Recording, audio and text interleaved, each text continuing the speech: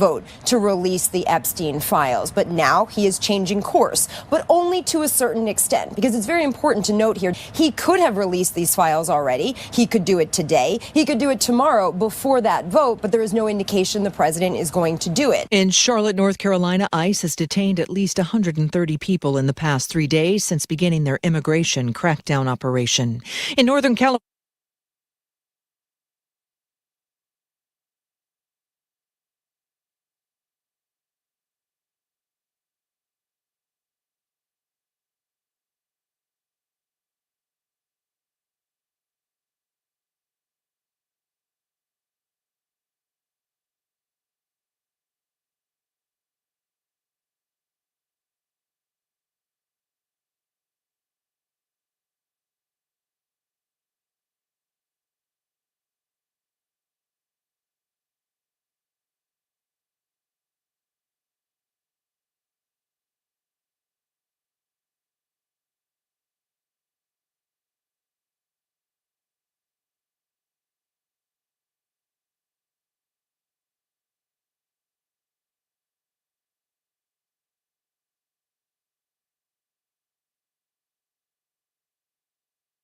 and 3 years of supervised release. Alex Stone, ABC News. the Supreme Court agreeing to review a Trump administration case to reinstate a policy of turning back asylum seekers at the border. An appeals court had declared the policy unlawful. I'm Michelle Franzen, ABC News.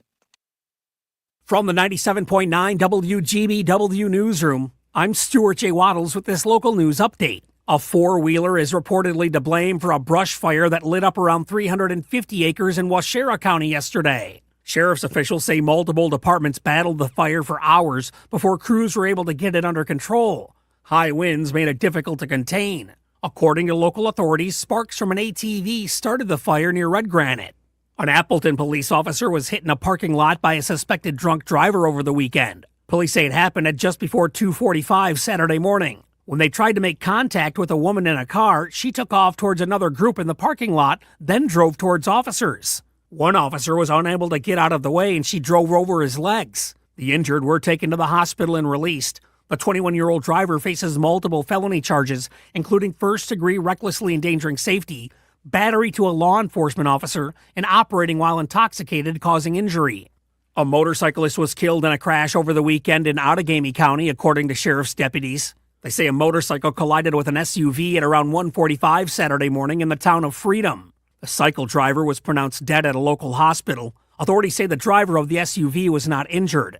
The Green Bay area's Hmong community celebrated two big milestones over the weekend. Festivities at UW Green Bay marked the Hmong New Year, which celebrates the end of the harvest season. This year also honors the 50th anniversary of Hmong settlers coming to America after the Vietnam War. News at the top and bottom of the hour all day and on demand anytime at WGBW.FM. I'm Stuart J. Waddles, 97.9 WGBW News.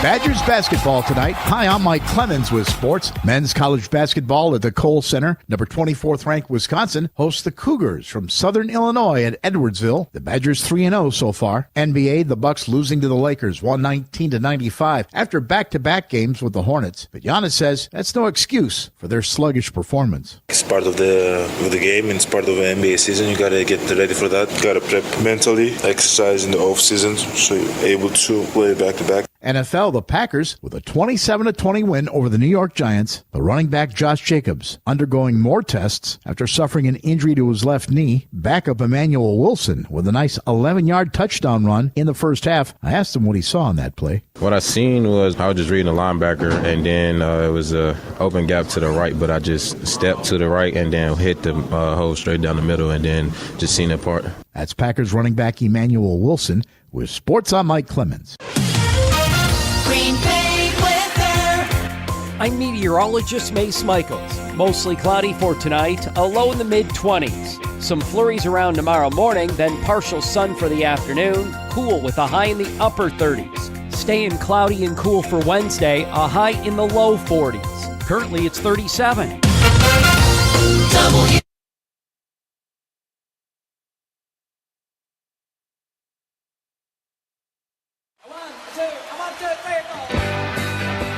Broadcasting live from the Civic Media Studios in Green Bay, this is Night Light with Pete Schwaba, your inside source on everything entertainment from Wisconsin to Hollywood. Whatever gets you through the night, it's all right. And now, a guy who appreciates a nice hot meal at a fair price, Pete Schwaba. Who doesn't? Hello, everybody. Welcome, ladies and gentlemen, to our new and improved, new longer version. We are on at 5 o'clock right now. It's very exciting to be with you an hour early here on the show that has the goal every day to make you happy. You could call this the happy hour if you wanted to.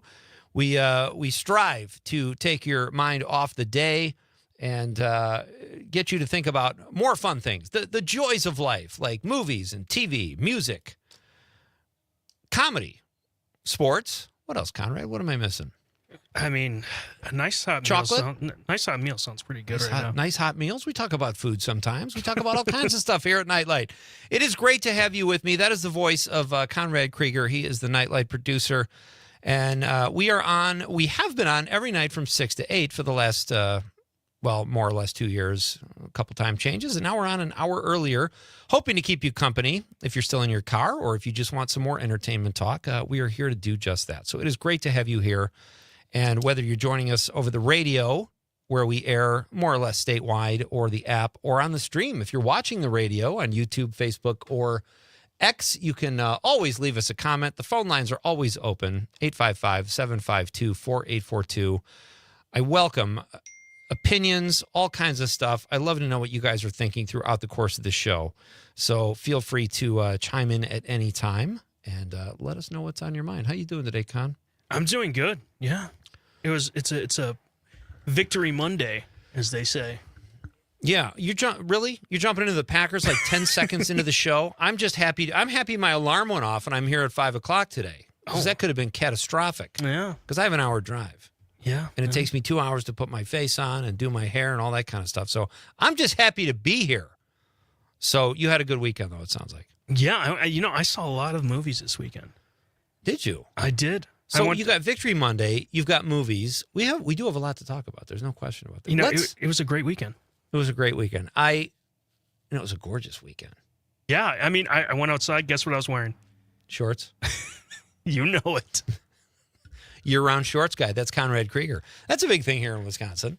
We could do that. We had, Saturday was so gorgeous. It was one of those days, probably hit 50, low 50s. I did not want to be inside. I just wanted to be outside. And I'm an inside guy.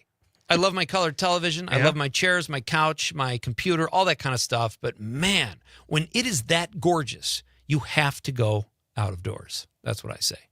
Did you go for a walk? Many.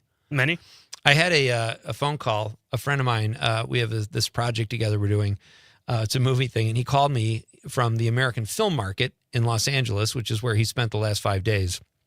And we talked about a script for an hour and a half. But I had bad reception because I kind of live by the water, so I had to do like this back and forth walk outside, but I had to stay close to my house because my wife was on a long-distance call in the house with one of her sisters. So I'm like, I literally walked probably, I'm not kidding, for like an hour and a half on the phone in like 100-foot radius of my house. People thought I was probably insane. Well, for me, I can never sit still when I'm on a phone call. Really? I don't know why. I'm just always walking around on a phone call. Interesting. Even if it's the party line? I'm always on the move. But you do like to party, right? Sometimes. Especially when you're not here. Oh, I bet you do. All right. Really fun show tonight. We're packing an hour and a half of entertainment somehow into 3 hours. We're going to figure it out, folks. We'll do this. Very exciting to be on this early. If you're still in your car, drive safely. Do not get in a wreck, but hopefully we can keep you company here until we shift our focus a little more towards entertainment at 6 o'clock. But we have a really fun show tonight. Jimmy Kuska is here at 5:35. He is the Civic Media Sports Director.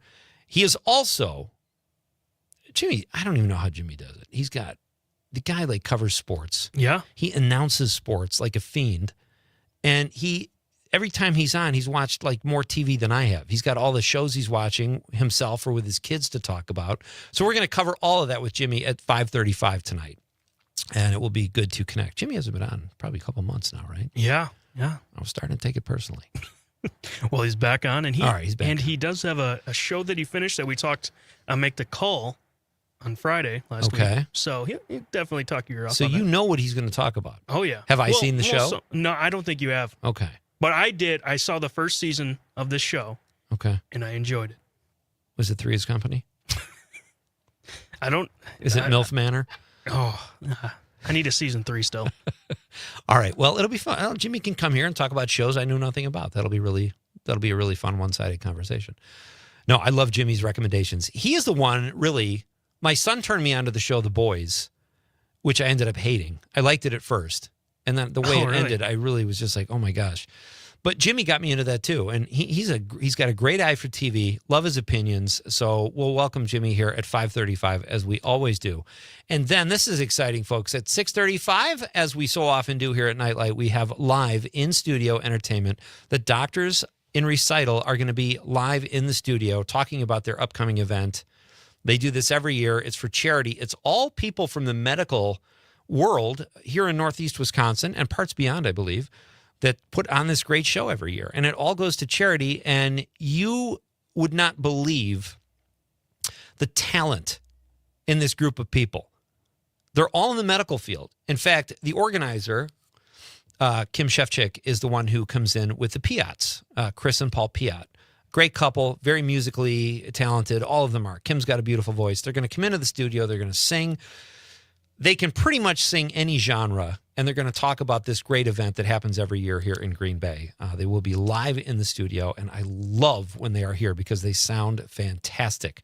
So you don't want to miss that. And then at 7:20, we have Lindsay Fry from the Festival Theater in St. Croix Falls over in the western part of the state. They have a great show coming up, and we've enjoyed our talks with anyone we've been in touch with from the Festival Theater. They do great things over there.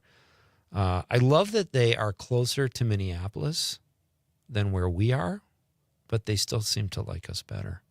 I think that's really cool. Yeah, it's just a state thing, you know? Yeah. And I don't want to make it all about the Vikings, but come on. It's terrible. It's going to be Lindsay will be here at 7:20. So that's a great show. Those are great guests. We're covering everything. And I think it's time, Conrad. What do you think? Should we? I think it's time. There might be people listening right now, though, who have no idea what we do every night. Do you realize that? I think so, but I think it's time we get Let's help them get their feet wet. It's the Nightlight question of the night. Let's talk about the question. Okay, question. Question. Question. Pregunta. Question. Question. Hey, I have a question. Questions? This question. Domanda. Question. Question. Questions. Okay, America's Dairylanders. It's National Butter Day. Yes, of course, butter has its own day, as it should. It's delectable. So tonight's question is, what is your favorite dairy product? It's National Butter Day, and I want to know from you, my fellow Dairylanders, what is your favorite dairy product? And I'm going to go first because admittedly, I don't eat a ton of dairy. But this particular national holiday caught my attention because I love butter that is melted on a baked potato. I indulged just last Friday at a fish fry on my night off. Nice. So I love melted butter on a baked potato, on like warm banana bread or pumpkin bread. Forget about it. Get out of here. I love butter. And I'm also going to say I'm not a huge cheese eater, but smoked Gouda, baby. I will have smoked Gouda on anything. Crackers, bread, on another piece of smoked Gouda. I don't care. So those are my two. What say you, Con? It may be a surprise. I don't know, but I'm a sucker for some chocolate milk. Oh, chocolate milk is good. It's just anytime I'm like feeling needing down. something, like maybe I just get some chocolate milk. I think that'll make me feel better. Packers defense is underperforming. Give me a glass of chocolate milk. And it's It's a cure-all. You go to the Quick Trip. Go to the Quick Trip and you grab one of their chocolate milks. It's pretty good. Is it Quick Trip brand? Yeah, it is. No kidding. Mm-hmm. I didn't know they had that. Yeah. What about this? What about the dairy substitutes? Do you like the chocolate oat milk or? I will say this: my brother put me onto this chocolate protein oat milk, or no, it's almond milk, I believe. It almost tastes exactly the same. It's all about the chocolate anyway, right? I mean, the milk is just the vessel. It has more protein in it, Really? and it has less sugar. Because if you look at chocolate milk, it has a decent amount in there. It's a health food, basically. Yeah. Something you should make part of your everyday diet. Yeah, so. I like chocolate oat milk, too. I'm sorry, almond milk. If you I don't put know if that. I've tasted chocolate oat milk yet. Oh, I don't think I have oat milk. I don't know if I have it. I think, though, that almond milk, if you put it in your coffee, it's a great creamer in it as well. Yeah. I use oat milk in my coffee. I do that. I do have some allergies to dairy, but they would not stop me from melted butter on anything and smoked Gouda. I love it. So let us know what you guys think. 855-752-4842, 855-752 855-75-CIVIC. This is just something we do here every night at Nightlight. We ask a question, and we love when you, the listener, are part of the show and let us know what you're thinking, too. So please join the fun. Got some great guests. And, all right, get to your Packers, buddy. I know you got to get this off your chest because I barely said hello, Wisconsin, and you're like, so, Pete, the Packers. So what did you think? Well, I was a little bit worried in the game. I'm not going to lie. I thought we could come out and play amazing against a third-string quarterback. But I will say it is Jameis Winston, so it's not any third-string quarterback. He can play. He can play. Yeah. And, our defense, a little questionable in the secondary this game. Also, just let the run game just – every time I thought we were going to stop him, here's another run for 4 or 5 yards. And I was like, oh, come on. Well, now you guys, is Josh Jacobs injured? He's injured, but I heard that it's not as serious as people thought. Well, so hopefully he's back, 1 or 2 weeks. That would be nice. Yeah, but for Emmanuel sure. Wilson is no bad running back by any means. So Yeah. definitely can put more of the load on him too. So what do you make of the fact that they lost those last 2 games last week? You can't take the Philly, they're great. So Yeah. maybe that's a loss, but the one before that, they probably should have had. Mm-hmm. This one wasn't a gimme. It's on the road, whatever. Anything can happen. Rusty Wilson was riding the bench. We didn't have to look at him during the game, but It would have been worse. it would have been worse. But, are they all, sometimes all it takes is one win and you're kind of back on track. Yeah, Jordan Love looked way better than Did he? the last 2 games. The throws he was making was great. Just the receivers needed to catch the ball for him. I'll say that. Romeo Doubs had, I think 3 drops, but also some great catches. Kristen Watson looked just really, really good for this game. But nice. I think moving forward we can expect some better offense. See, here's what you're in for in this 5 o'clock hour. I have come clean months ago that I am a Bears fan. I spent the first part of my childhood in Chicago, and Conrad and I have had some spirited discussions about the Bears and the Packers. And I'm not a Packer hater. I love the rival. I don't even understand how you guys are Minnesota haters. I love all of the NFC North. I love those matchups. I was almost cheering for Detroit last night, even though their loss put the Bears in first place, because I liked it. It's like cheering for the Big Ten in a way. Yeah, I get that. Yeah. I was cheering for the Lions too, I'm not going to lie. I just not a big fan of Philly, so. I'm not a big fan of Philly, and Dan Campbell's an idiot. He went 0 for 5 on 4th down. Do your team a favor, for God's sake. All right, when we come back, folks, I want to tell you about a great screening coming up in Madison December 4th. And, oh my God, a whole bunch of stuff. We are coming right back. This is Nightlight with Pete Schwaba on the Civic Media Radio Network.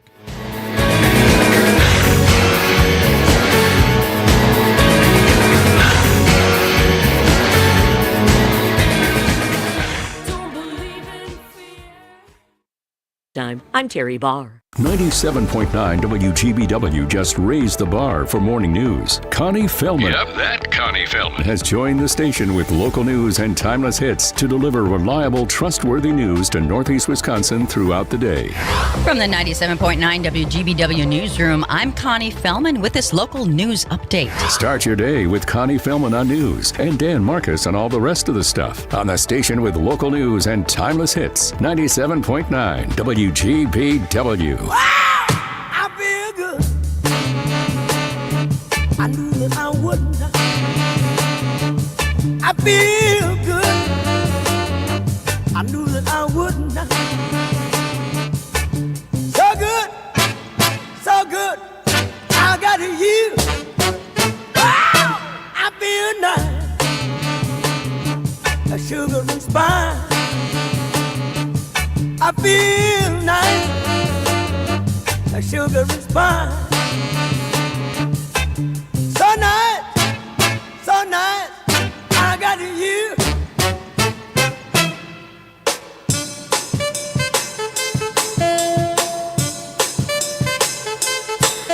When I hold you in my arms, I know that I can't do no wrong. And when I hold you in my arms, my love won't do you no harm. And I feel nice, that sugar response.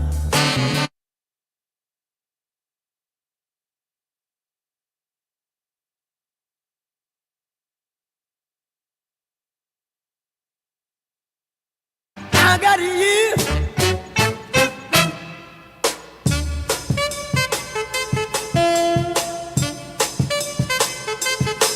When I hold you in my arms, I know that I can't do no wrong. And when I hold you in my arms, my love can't do me no harm. And I feel nice, I should respond. I feel nice.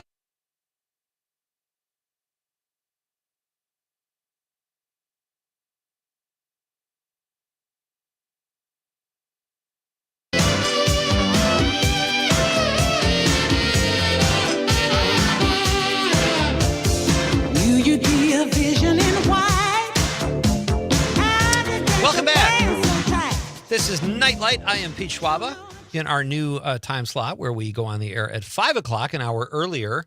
Still technically night, at least through the winter. It's certainly dark outside, but it is great to be with you, and it is great to have you here with us tonight. Conrad Krieger is working the board. He's the producer of Nightlight, and we are pleased to make your acquaintance in this early hour. Hope you're having a great day, folks, wherever you're joining us from across this great state. It is great to have you, and we will hope to bring a smile to your face, maybe have a few laughs. You're going to hear some great singers at 6:35 with the Doctors in Recital.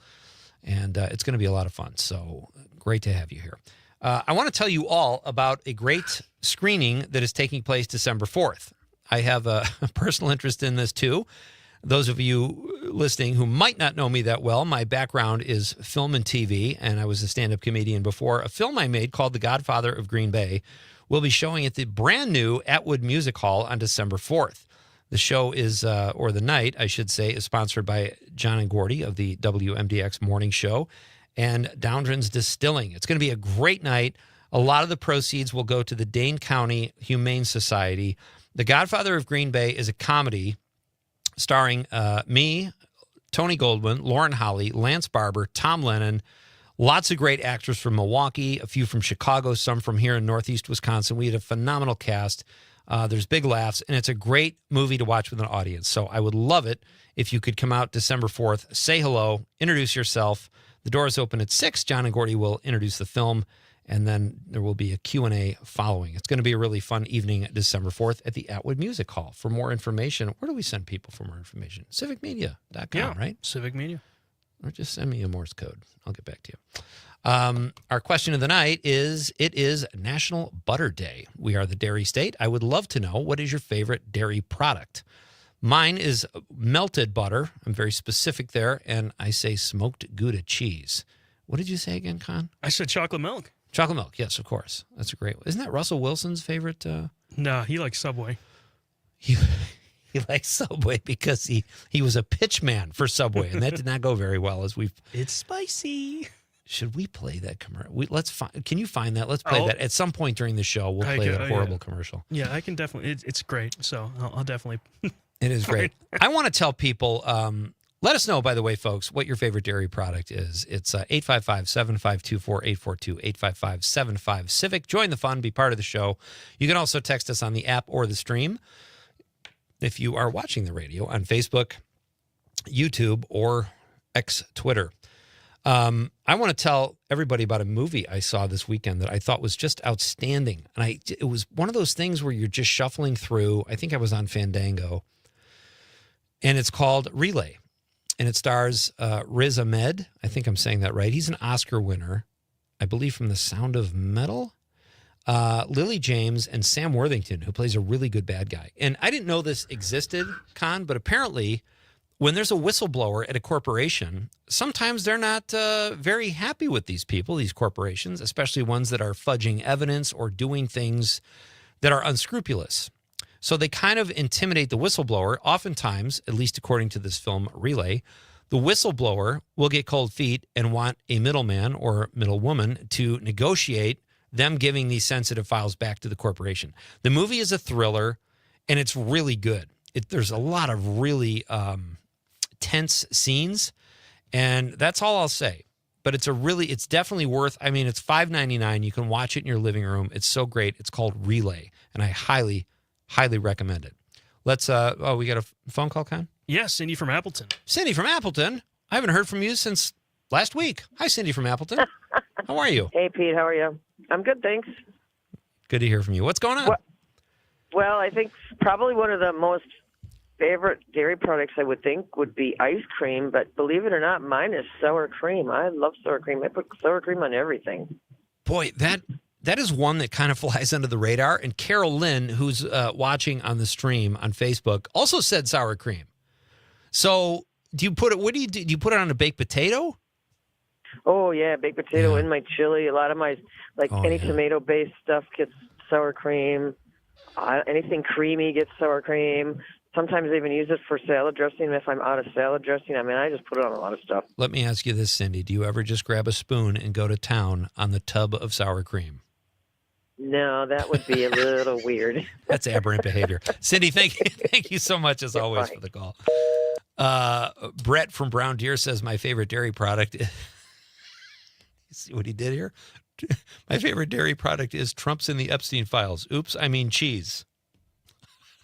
I could see how you could make that mistake. Thank you, Brett. Just cheese in general? You got a favorite kind of cheese, Con? There was this one, I can't remember the name now because I got it in Door County. And we went to this cheese tasting place. Yeah. And it was this apple kind of based cheese. I think it was a little cheddar.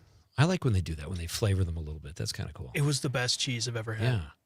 Oh, and I just ate it by itself. Just a hunk of cheese. Well done. It was like a mouse. Carol Lynn on the stream also says, Tony Goldwyn is an excellent actor. Carol, I will say this. If you're near Madison, please come out to the screening on the 4th. Tony Goldwyn is not only a great actor, he is a descendant of Samuel Goldwyn, who is the Goldwyn in MGM, Metro Goldwyn Mayer, and he is, I think it was his grandfather, and he told me on this when we were talking in between takes and I got to know him a little bit, he said the only thing that's important to him as an artist is his body of work, which made me feel good that he wanted to do the film and accepted our offer. But also, I just have so much respect for the guy. He is a tremendous actor, and he's great in the film, too. He wears a mullet. He spent 6 days in Marinette, Wisconsin, walking around the mall, and it was a blast. Okay, so Jimmy Kuska is coming up at 5:35, folks, right around the corner. We're going to talk a little sports with Jimmy and find out what he's been watching. He is always fun to talk to. One more text here before the break from the 608. Tyler says, love the derriere on a Malibu beach where the cows are happy. Do you get that, Con? Maybe explain a little bit. Tyler's a wordsmith there with his puns. Yeah. Please explain, Tyler. Great to have you, though, tonight. We are coming right back. It's Night Light with Pete Schwaba on the Civic Media Radio Network. We talk so tough, and there's a perfect kiss somewhere out in the dark, but a kiss ain't enough. News at the top and bottom of the hour all day and on demand anytime at WGBW.FM. I'm Stuart J. Waddles, 97.9 WGBW News. Green Bay weather. I'm meteorologist Mace Michaels. Mostly cloudy for tonight, a low in the mid-20s. Some flurries around tomorrow morning, then partial sun for the afternoon. Cool with a high in the upper 30s. Staying cloudy and cool for Wednesday, a high in the low 40s. Currently, it's 37. WGBW.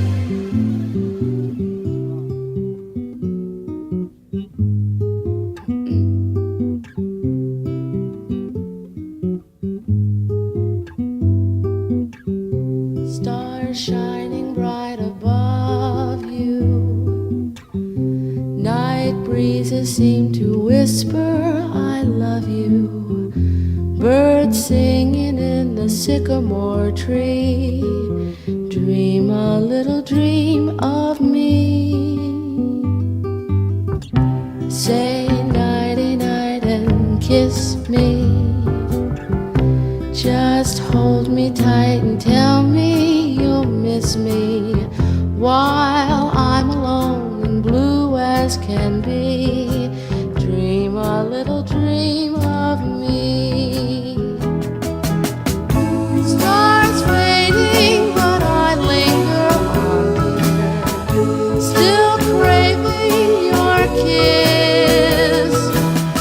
I'm longing to linger till dawn, dear, just saying this. Sweet dreams till sunbeams find you. Sweet dreams that leave all worries behind you.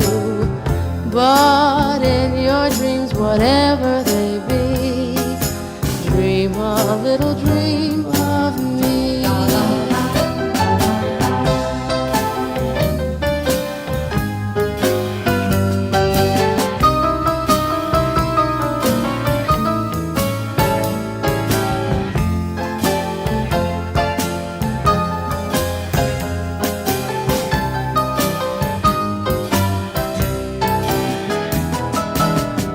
Stars fading, but I linger on, dear, still craving your kiss. I'm longing to linger till dawn, dear, just saying this. Sweet dreams till sunbeams find you. Sweet dreams that leave all worries far behind you. But in your dreams, whatever they be, dream a little dream of me. Da da da da da da da. Da da da da da da da. Da da da da da da da da. Da da da da.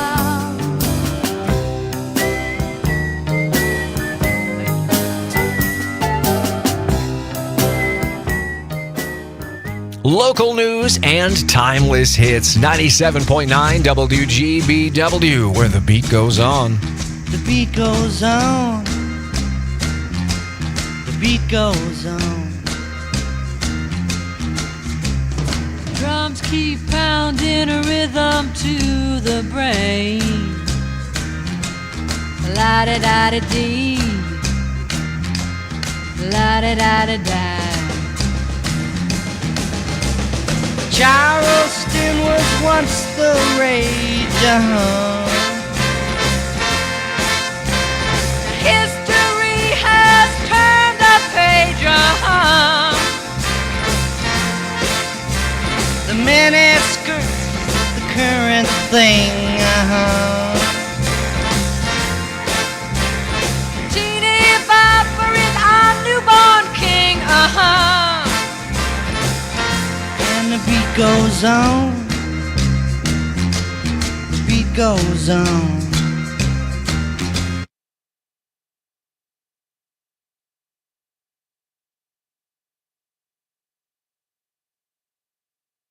Yeah. Oh, where can you go when your money gets low? In the basement, down in the basement. And if a storm is taking place, you can jam and still be safe in the basement. All right.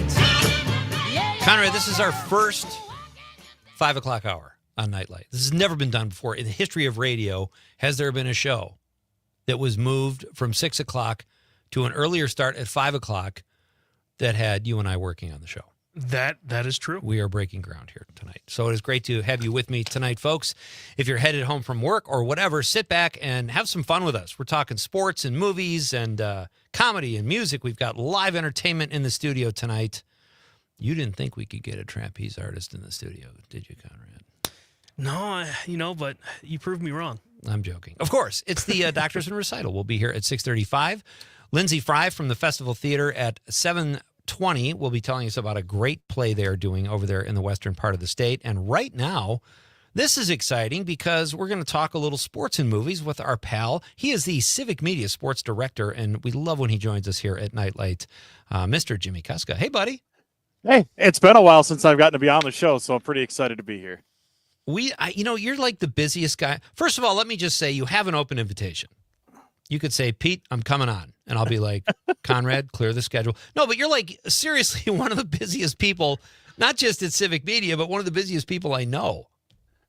Well, it's good to be. I think it's better to be busy than bored. So, but sure. yeah, I definitely find my way into a lot of things. The next couple of weeks, I'm doing 11 college sports broadcasts in the span of 2 weeks, and that includes basketball, it includes wrestling, it includes football, playoff football. So I am beyond stoked to have the opportunity to even have somebody that's interested in me calling games, but then to be able to go out and cover sports and call it a job. I mean, that's just awesome. So. Listen, I feel the same way. And when I get to talk sports with you or Mike Clemens, it's just an added bonus. So we'll get into all of that. Absolutely. And you got young kids at home too. So, I guess. Yeah, they were trying to take me down in a soccer video game here just a minute ago before I joined you. And unfortunately, they weren't able to get close for them, but they'll get there. Was it FIFA? Yeah, it was FIFA. But here's the thing. I can only be better than them at video games and all these other things for so long. My oldest son is 9.5, and he, over the weekend, for the first time, beat me in chess. So Whoa. I am rapidly losing ground to that whole notion that, like, dad is some big impenetrable fortress of, like, being awesome at things. My older kid is quickly knocking down those walls. So he sounds like a prodigy. He's really smart, way smarter than I ever was. But he had been practicing against his classmates, and he was getting bored of beating all the friends in school, and they were getting mad at him for winning. So he decided, I'm going to start playing dad, and he plays me all the time. And now he just routinely he challenges me. He makes me think. It makes me sweat. And then finally he broke through, and I'm like, finally the monkey's off his back. There's no pressure on me anymore. I can admit defeat. But yeah, it's a lot of fun. I think that.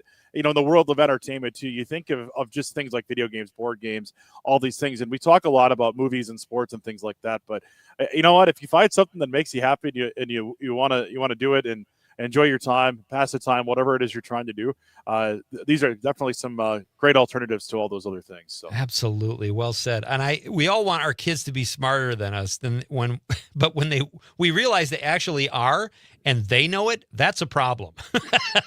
Yeah, he catches me sometimes. I have a very poor memory of certain things. So if there's something coming up on the schedule and he knows when it's happening, I've probably forgotten when basketball practice is, but he knows to the minute when it is. And he's got the shoes on. He's already looking for my car keys for me, and off we go. Great. I love that. Jim, it is, I don't know if you heard this. Our question of the night is, it is National Dairy Day. We are the dairy state. I'm sorry, it's National Butter Day. We're the dairy state. Do you have a favorite dairy product? Yeah, my favorite dairy product is chocolate milk. I'm kind of known for it, and in my circles, I drink a lot of it. The butter thing is hilarious to me though, because my grandma, who is she just turned 92 in August, a few years ago for Christmas, she gave me the Bohemian Cookbook they had put together in Chippewa County, Wisconsin. A bunch of people got together. Decided to make a cookbook, and I'm not lying to you, and I'm glad I get to share this on National Butter Day. Literally every single recipe calls for just an incredible amount of butter. That's the secret to Bohemian cooking. Well, you could do a lot worse. That's fantastic. Conrad's favorite dairy product is chocolate milk as well. There we go. There's a reason why we do a sports show together. Must be a make the call thing. Hey, that's a great segue. Why don't we start there? Jim, how are things going on Make the Call? You got the K-Man here as part of your ensemble and Gray, and tell us about the show. Yeah, so outside of the knuckleheads, it's going pretty well, I think. I'm kidding. Having all these people from Civic Media come together to do a show, and I really try to do it as where I handle kind of the timely elements that have to be produced like after we record. So I try to handle that, and I let them just take the round table, take all the questions, and run with it. So Conrad, Parker Olson, and Greg Gunderson, they all do the bulk of the show where there's like the actual discussion on sports topics.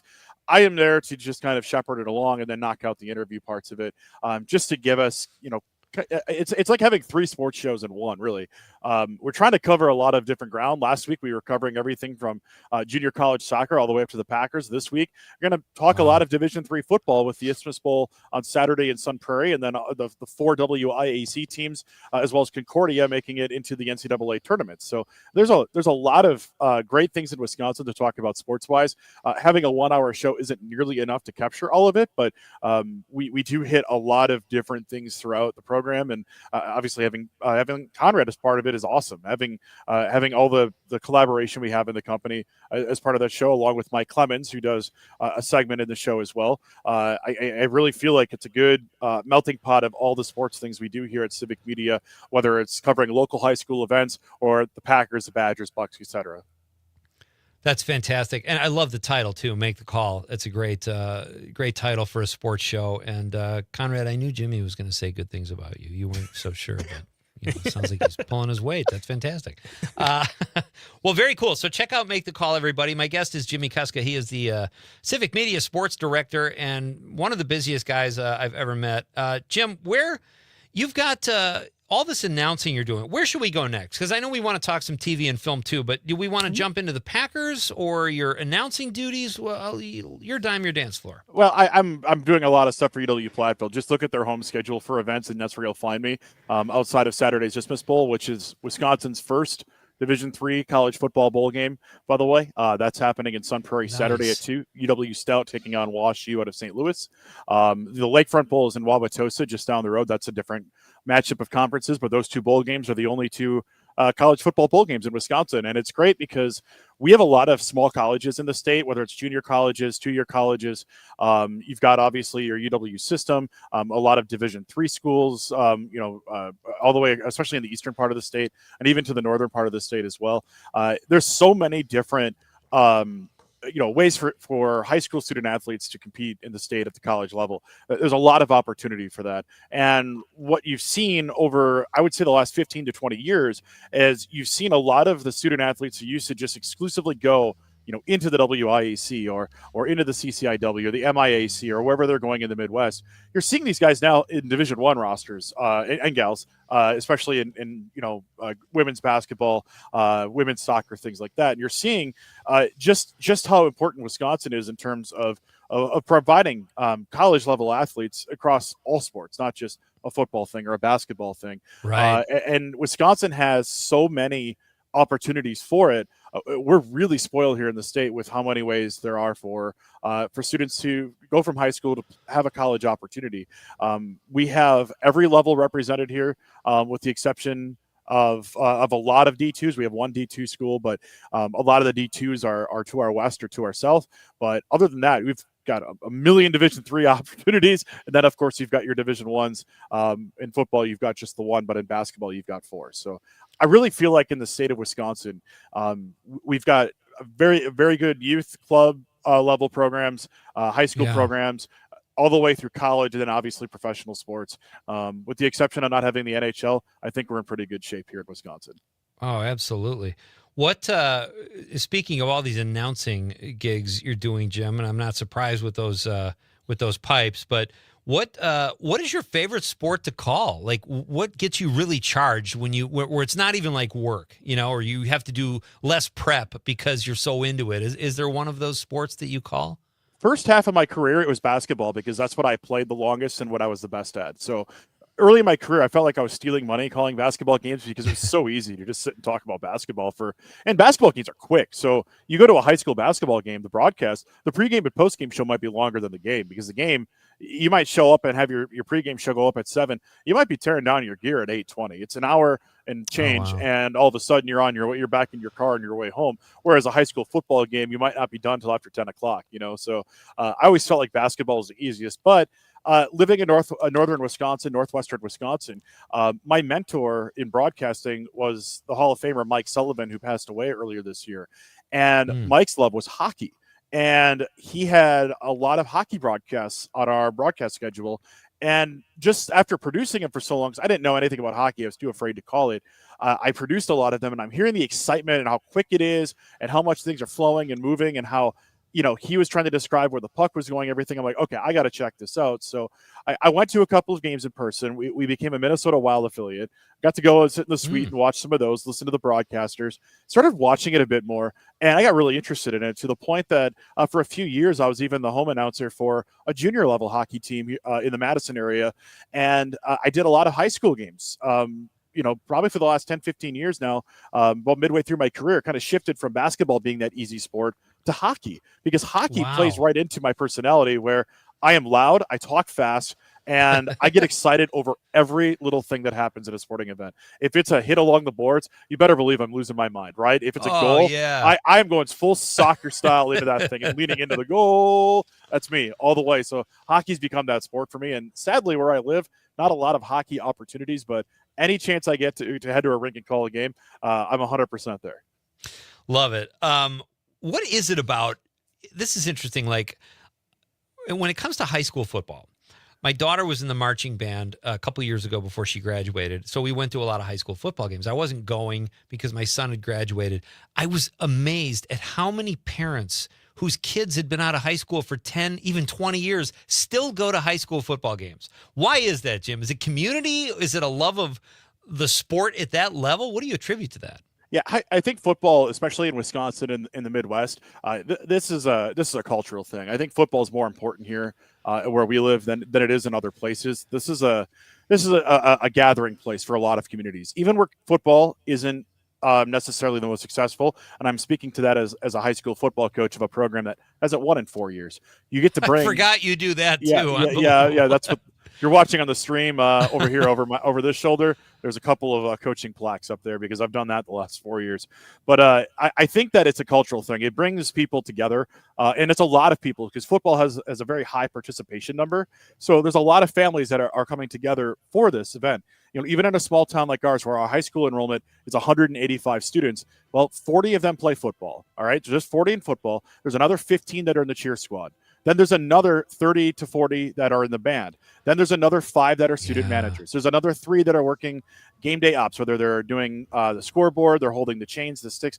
So you start adding it up, and all of a sudden you've got roughly half of the high school out there already with their families at a high school football game at a small school. So it takes an entire village, as like the saying goes, right? Well, in a small town, that's really the case. So if you go to a smaller town, you're going to see half the town show up regardless, and the other half of the town that isn't there is probably talking about it when things go well. So I really feel like that's been really the big thing in Wisconsin, is that football is just part of the DNA of living here, not just in Wisconsin, but anywhere here in the upper Midwest. It's part of our DNA, whether it's Packers, whatever it is. That's why.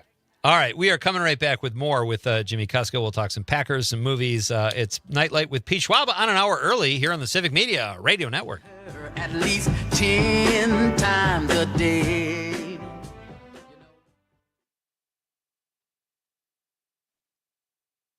I'm her kind of guy. She dances close to me like I hope she would. She dances for me like I hope she would. Something tells me I'm into something good. Something tells me I'm into something. We only dance for a minute or two, and then she stuck close to me the whole night through. Can I be the one in love? For she's everything I've been dreaming of. She's everything I've been dreaming of. I went to home and she held my hand. I knew it couldn't be just a one-night stand. So I asked to see her next week, and she told me I could. I asked to see her and she told me I could. Something tells me I'm into something good. Something tells me I'm into something. Something tells me I'm into something.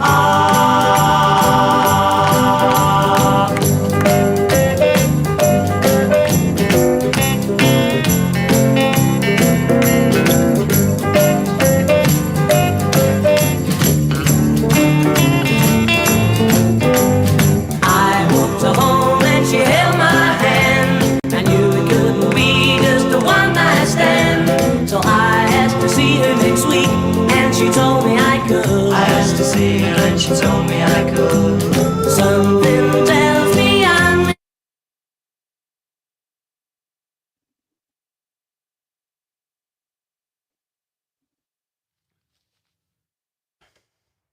Hey, Jim, is it all right if we keep you past the news at 7:06 for a little bit? Or 6:06? As I say, 7:06, I lose all the time with my kids, but I can stick around as long as you need me. Okay, so thank you. With the local news and timeless hits on 97.9 WGBW.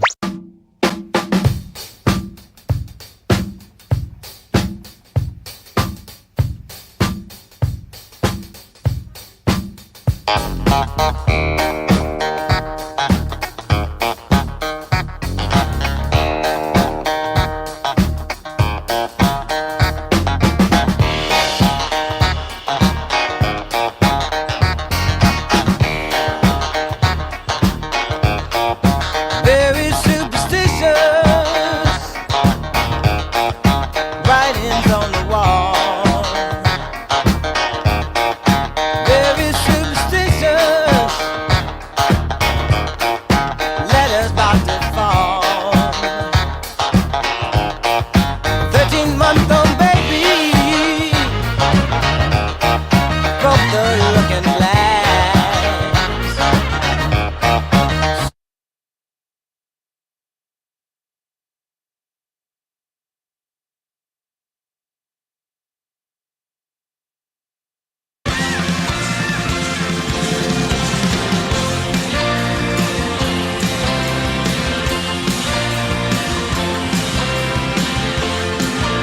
Welcome back. I am Pete Schwaba. This is Nightlight. It is great to have you folks wherever you're joining us from around our beautiful state tonight. Welcome to Nightlight. We are having some fun here tonight, talking movies, sports, TV, comedy. We've got live entertainment coming up at 6:35 with the Doctors in Recital. They'll be here in the studio talking about some theater in the third and final hour. And right now, we are in the throes of a really fun conversation, as we always are when Jimmy Kuska is here. He is the Civic Media Sports Director and one of the hosts of Make the Call, a new sports show here on Civic Media that you can catch with Conrad Krieger on the other side of the glass there. Yeah. And Gray Gunderson and Parker Olson, as well as Jimmy and appearances from Mike Clemens. So check that out as well. Jim, before we move on totally from high school football, are there teams to watch this year? We're in the playoffs now. Who are the favorites, or who should we be watching for? Well, this week is the state high school football championships, so you've really only got 14 options at this point to choose from because we're down to the finals now. But great. just quickly, I'm going to go with smallest divisions, the largest divisions. Division 7 is Cochrane, Fountain City, Kenosha, St. Joseph. D6, one of my favorite matchups, Darlington and Edgar. Division 5 is Mayville and Northwestern. Division 4 is Little Chute and Winnicott. So of all those teams I listed, all of them are 13-0. Every single team is undefeated except for Little Chute, which is 12-1. But every other team is undefeated. So you have 3 unbeaten matchups in the small school games. And that's Thursday at Camp Randall throughout the day. And then Friday, there's 3 more. Grafton and Reedsburg, Notre Dame and West Appear. That's another undefeated showdown. And that's, I think, for the people at WGBW, that's the one they'd be most interested in. Yeah. And Arrowhead, Bayport in the D1 final, which 2 classic programs. And again, Bayport, another Green Bay area school. So Green Bay's well represented. The Fox Valley really well represented this year at state. But you look at just all these great teams and players that are there. The state finals in Madison over 2 days is some of the best high school sporting event you'll get to watch. And obviously it's televised too, so it's easy to find during the day. But those are really fun events to be at, be part of. And as a player who got to go to state one time, it is really special. And it's so cool that we get to have it at Camp Randall at such a great venue. Maybe the only better place would be like Lambeau Field, but, but Camp Randall's pretty great too. So. I remember playing against Promontory when Notre Dame was still Promontory back in the late 80s. And I think I got run over once and decided football was not for me. But, yeah, they've come a long way. And you're right. Northeast Wisconsin football is a pretty big deal here. That's great. What about the Packers, Jim? Conrad and I were talking about this. What do you attribute their – I mean, they did win yesterday, but it wasn't pretty, and they had to kind of gut it out. What do you see for them moving forward? Well, a harder schedule for one. I mean, they have to play 5 divisional games the rest of the way. They still have to play, the Vikings twice, the Bears twice, the Lions on Thanksgiving. They get the Broncos, they get the Ravens. I think that is where it Jeez. really steps up. You play basically every game in the division now. So the good news is that everything's kind of in front of you, right? You have control over your own destiny for the playoffs for the most part, because you're going to play your divisional opponents. And right now there's 3 teams kind of jammed together at the top of the division. The Bears are leading it, believe it or not, at 7-3, but the Packers are right there. So you've got a lot of opportunity the rest of the way to move up the standings. But on the other hand, any loss is going to be immediately magnified because it's going to move you down. The Philadelphia game really proved that out, because had the Packers won that game, they would have been the 2 seed in the NFC following that game. And because they lost, they fell all the way to the 7th seed. So that's how close things are right now in the National Football League. I think the Packers' struggles are there's a lot of injuries, obviously, but it's also the middle of the year. And, this is what happens over the course of a 17-week NFL season. It is not a sprint. The Packers came out of the gates hot, but it is not a sprint. It is a marathon. And to be honest, the regular season is almost a war of attrition, where you just hope you're among the top 7 at the end so you can make your move in the playoffs. You probably don't want to be the 7 seed. You want to get to host at least one, but there's a lot that happens in the NFL. It's truly a week-to-week situation based on matchups and player availability. It's hard to put these things on paper weeks out because you never know what's going to happen.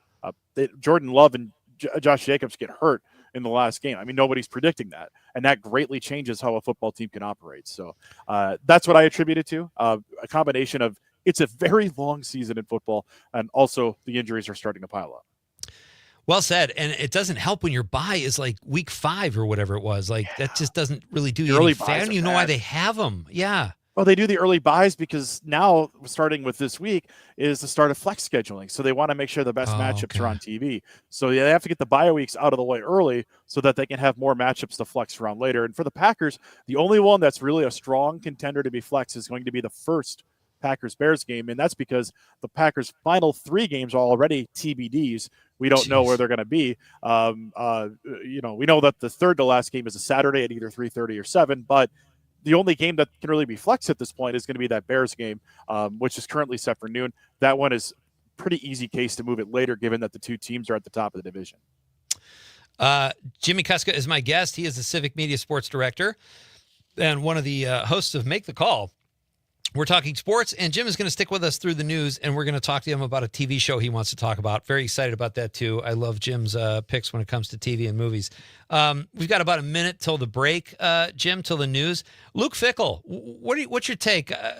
They had a pretty good showing. They beat Washington. They hung with Indiana for the first half at least. What are you thinking in terms of his future, if anything will happen? The short take on this is that the Badgers are not willing to pay the buyout, and they're going to run it back next year and see if they can grow the program with him in charge. Changing course at this point, too. It's not done in a vacuum. A lot of big programs are looking for head coaches. So who are you bringing in to replace him?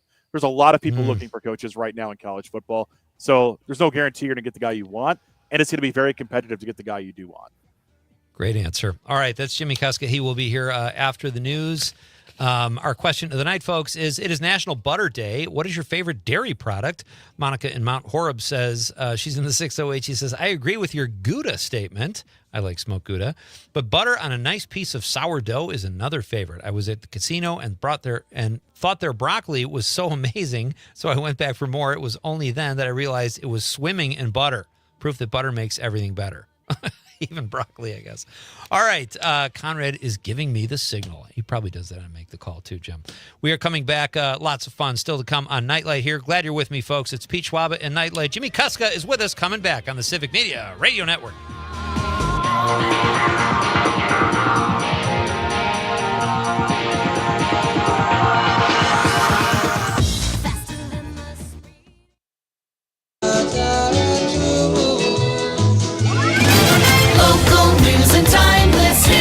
WGBW, Denmark, Green Bay. ABC News, I'm Michelle Franzen. A vote in the House scheduled for tomorrow that would compel the Justice Department to release the full Jeffrey Epstein files. ABC's Catherine Falder says President Trump is now telling Republicans to vote in favor of the release after opposing it. Specifically, what I'm hearing from sources is that they might just say information in the files that hasn't been released is covered by privilege, all sorts of various privilege disputes that the administration may try and get around. So it's not as though we will see these documents documents tomorrow or next month. While it is a reversal, it's a very specific reversal. It's just a reversal on what Trump is saying about how the House will vote, because Trump already knows the ship has sailed on this vote. Flight reductions put into place during the shutdown at 40 major airports have now returned to normal today. It comes as a record number of Americans are expected to travel over Thanksgiving. 6 million will fly. The Powerball jackpot tonight up to $570 million. This is ABC News. In Northern California, prosecutors have filed formal charges against suspect Cedric Irving in connection with the fatal shooting of legendary football coach John Beam at Laney College. Murder with a firearm enhancement is a charge against Cedric Irving. The 27-year-old is accused of targeting Laney College athletic director and coach John Beam last week, shooting him in the head on campus. Police have not released a motive, but say the two knew each other, but Irving did not play for Beam. Irving faces 50 years to life in prison if he's convicted. Beam was well known in the San Francisco Bay Area and was the focus of a Netflix documentary series for the number of young men he coached who went on to the NFL. Alex Stone, ABC News. France and Ukraine have signed a weapons partnership. It's all aimed at giving Ukrainian forces state-of-the-art fighter jets. According to the agreement, Ukraine would get up to 100 French jets over the next decade. Michelle Franzen, ABC News. For 75 years, the Muscular Dystrophy Association's voices have thundered through the halls of Congress. For 75 years, we've willed the impossible into existence. For 75 years, the MDA community has pushed the science, shifted the narrative, and established the field of neuromuscular medicine. And until that day, when this is all a thing of the past, you couldn't stop us if you tried. Join us and celebrate 75 years of breakthroughs at MDA75.org. I was stuck in a state of panic and endless rituals, so I made the call. Mental health care works when you make the call. Visit mentalhealthcareworks.org. A message from the American Psychiatric Association Foundation. We are the National Park Foundation, and together with you, we're creating a future where every person, every generation, gets their chance at an unforgettable moment. Learn more at nationalparks.org/foundation.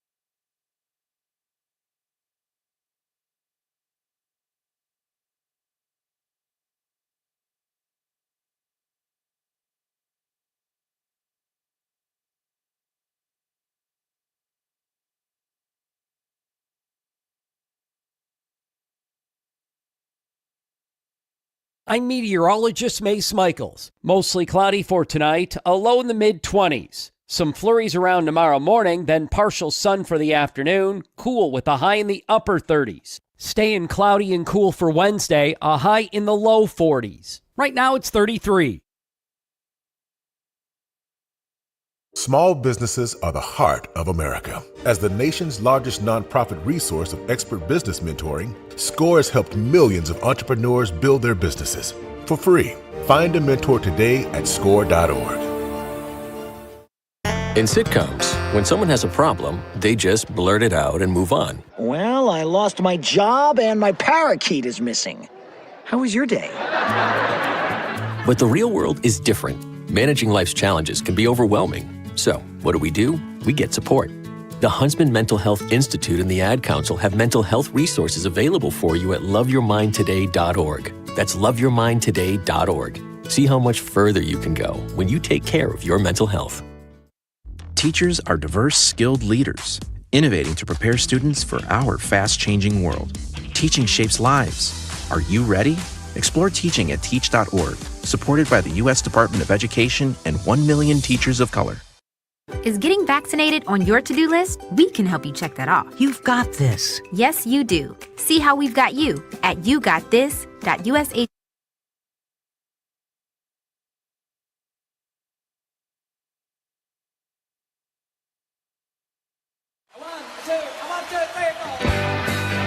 Broadcasting live from the Civic Media Studios in Green Bay, this is Night Light with Pete Schwaba, your inside source on everything entertainment from Wisconsin to Hollywood.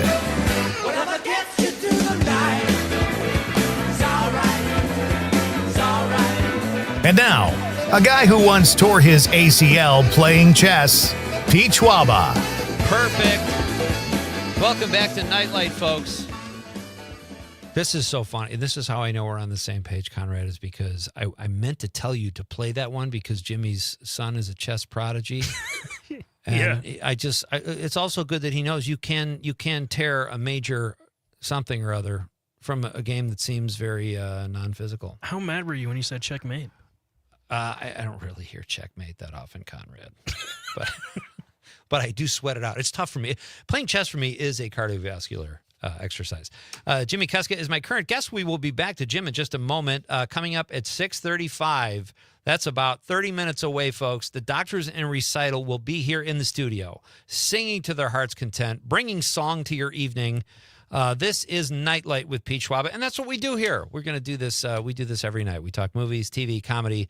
There will be live entertainment at 6:35 with the Doctors in Recital, and then at 7:20, Lindsay Fry from the Festival Theater in St. Croix Falls will be here to talk about a really cool holiday play they have coming up. It's a beautiful Christmas story. You're probably familiar with it, but she's going to tell us about it anyway, and it's a different take on it.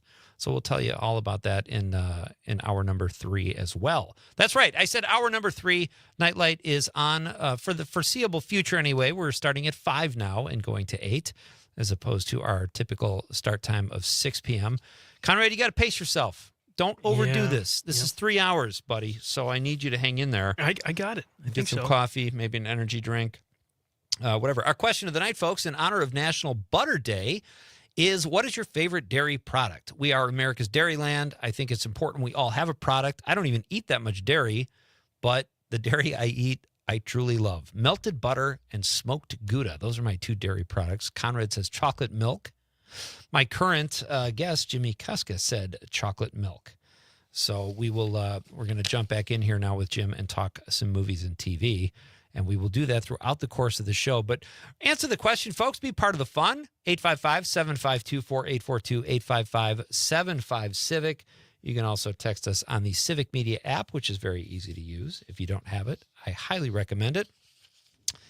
And, of course, if you're watching the radio on the stream at Facebook, YouTube, or X, you can drop us a stream comment. It's always great. Just be part of the show. We absolutely love it. Mr. Kuska, how are you? I'm doing fantastic. With us? Okay. You were talking about chess being a cardiovascular sport. Yesterday on 60 Minutes, CBS News had a report on chess boxing. And I tell you what, if regular chess doesn't get your heart pumping, how about having a fist fight in the middle of it? So. Listen, if I was better at chess, it probably wouldn't be a cardiovascular, but my heart gets pumping. How does that work, boxing with chess? Painfully, I would imagine. I am not signing myself up for CTE, but this is apparently a thing. Yikes. When you're mentioning it being cardiovascular, I'm like, you know what? I just saw a story on this. Gee, that's hilarious. That's just not fair either, because a lot of chess players are nerds and they shouldn't have to box. This is their respite, I think, right? Come on. That's terrible.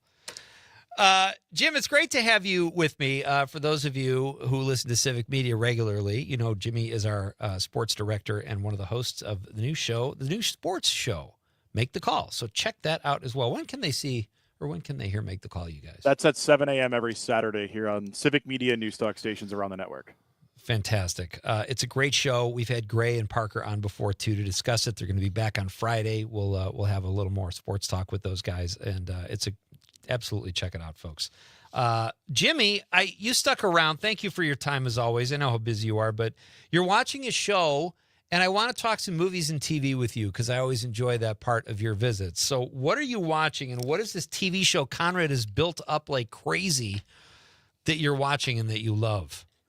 I'm not sure which one he's talking about that he's Oh. building up, but there are several that I've been watching.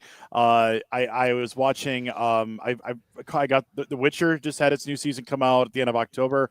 Got through that. The Witcher was a show that had a very famous casting change in the lead, Henry Cavill going out, and then bringing in Liam Hemsworth. So they made a big casting change. The direction of the show in the fourth season has a lot of people very upset. I found it just it's kind of in that same category where I feel like we're tapping out not only on superhero movies, but like fantasy settings. I feel like we've finally reached a creative threshold of we've done this a lot and it might be time to try some other IPs. But the show is I mean, I enjoy these shows are based on books and video games, so I always enjoy that.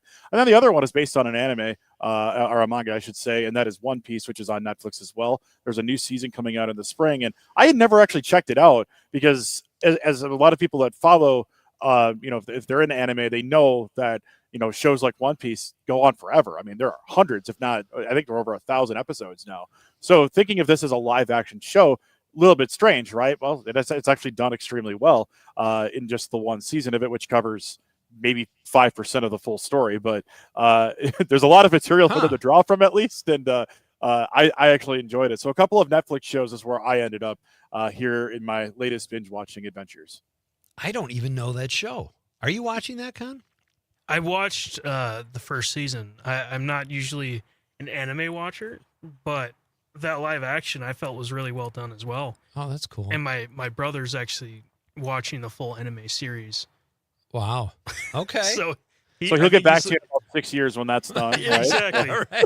I think he's in like the 300s right now. So. And if he's watching 5 episodes a night, about 6 years from now, he'll tell you how it ends, right? There is nothing that makes me happier than having multiple seasons of a show I've just discovered that I have to watch, and I love knowing I can pace myself and it'll be there. It just sucks when you finish a show you truly love. So The Witcher, I have not seen that. I'm gonna have to check that out. That's a great recommendation. Yeah, it's a good start. It's a strong starting show. It's again a fantasy world type show. It's a very good video game, really good video games made based on books that were written for this world. And I think that a lot of the creative differences that led to the casting changes were because the show wasn't staying true to what was written in books. But as we saw with Game of Thrones, as we've seen with a lot of fantasy type shows that have a book basis, what works in print doesn't always work on the screen. So, they got to spice up the drama and the romance. They got to make the explosions more explosion-y. They got to make the dragons more dragony. You know what I mean? They got to really go all out to hook people in. So, my guest is Jimmy Kuska. He is the Civic Media Sports Director and one of the hosts of Make the Call, which you can hear on the network or on the podcast, I assume Yep. too, right? But network wide at 7 a.m. on Saturday. Great show. Check it out. Jimmy, what in terms of kids movies and movies, what are you watching these days? So we're kind of in this weird spot of the year where there haven't been a lot of kids movies that have come out. We had the summer of K-pop Demon Hunters, right? Where when that movie came out, it was everywhere, and to the point that they started pushing it in theaters. The last push they did was over Halloween, and it didn't do as well. But it was like the 5th time they had pushed it, trying to capitalize on the viral success. Right? A very well done show. It's a show that is very kid appropriate. It's got a lot of catchy songs. Pretty much every song on the soundtrack is awesome to listen to. But I feel like many things that are kind of unexpected successes, that whatever they do next with it, it's going to feel a little more cash grabby than the soul of this one. So I'm very skeptical when you have these shows that come out of nowhere, or have these creative properties that come out of nowhere and do well. On the other hand, what we are shaping up for is a pretty good start to next year with kids movies, because the next Mario Brothers movie is coming out. The first one made something like $1 gajillion, and they can just print money with those, right? I mean, that's just crazy. But you've got some good ones coming up next year. I think 2026 will have a lot of strong movies for that. But yeah, the kids movie front right now, it's a little cool. We're at the end of the year. I think a lot of people are just going to settle into Christmas classes at this point, and that's kind of where we're at movie wise. What do you have a favorite holiday film, Jim? Die Hard, obviously. Big Yes. fan of Die Hard. That's a great Christmas movie. Right. With the kids are, for whatever reason, really into the old animated Frosty the Snowman. That's like their favorite thing. It's like 18 minutes long, but it's their favorite thing. So I'm all for it. That is fantastic. Thank you, sir, as always, for your time. I know how busy you are, so I appreciate it even more when you're able to spend some time with us here at night. It's so much fun, and let's do it again soon. Again, open door policy. Conrad, if you see Jimmy walking through that door, don't chase him off like you do a lot of our guests. He's welcome here anytime. I'll be the next one on the post you guys put up online, waving outside the window. That'll be me. That's how I get into the show next time. All right, fantastic. Done and done. Thanks, Jim. Appreciate it. Take care, guys. Check out Make the Call and all of Jimmy's work here at Civic Media. Or if you live in any one of several Wisconsin cities, you could probably hear him on the radio calling sports too. Is that something you want to do, Con? Definitely, yeah. You want to be like an announcer? Did Clemens ever do that? Not sure. Yeah. He's so good at the reporting. But he's got a great voice too. Like he could totally very good announce. Yeah. All right, very cool. Well, that was fun. I always like talking to Jimmy. Our question of the night, folks, in honor of National Butter Day. It's a good one. We are America's Dairyland. What is your favorite dairy product? Eric from Madison in the 608 says, hey, Pete, I would have to agree with you on melted butter. I enjoy a nice baked cod dinner with it or pretty much any seafood. Yeah, there's lemon and butter on fish, like cod especially, is outstanding. That's a great I'm actually fasting today, so I can't eat tonight. Why do you always do food questions when you're fasting? Just a masochist. I don't know what my problem is. And then Linda in Middleton, blue cheese or lavender cheese from Amsterdam. Wow, great one, Linda. I have to say, too, blue cheese on a salad, outstanding. I could not eat a block of blue cheese like Conrad does, but a little bit crumbles on a salad with like a nice French dressing and some bacon bits, get down on it. Absolutely. Great one, Linda. And then Linda sent other texts that looked like it was just like a typo or something. I don't know. But thank you for the text. Carolyn on the stream, she's watching the radio. She's with us tonight, says yes. Oh, in reference to Tony Goldwyn, which we were talking about in hour one. Let's get another plug-in for the movie. On December 4th, folks, a film I wrote and directed and I play the lead actor in, The Godfather of Green Bay, will be screening at the Atwood Music Hall in Madison December 4th. It is sponsored by the John and Gordy Morning Show at WMDX here on Civic Media, and Downdren's Distilling is also sponsoring the event. So December 4th, doors open at 6. The show starts at 7. It's about an hour and 25-minute movie.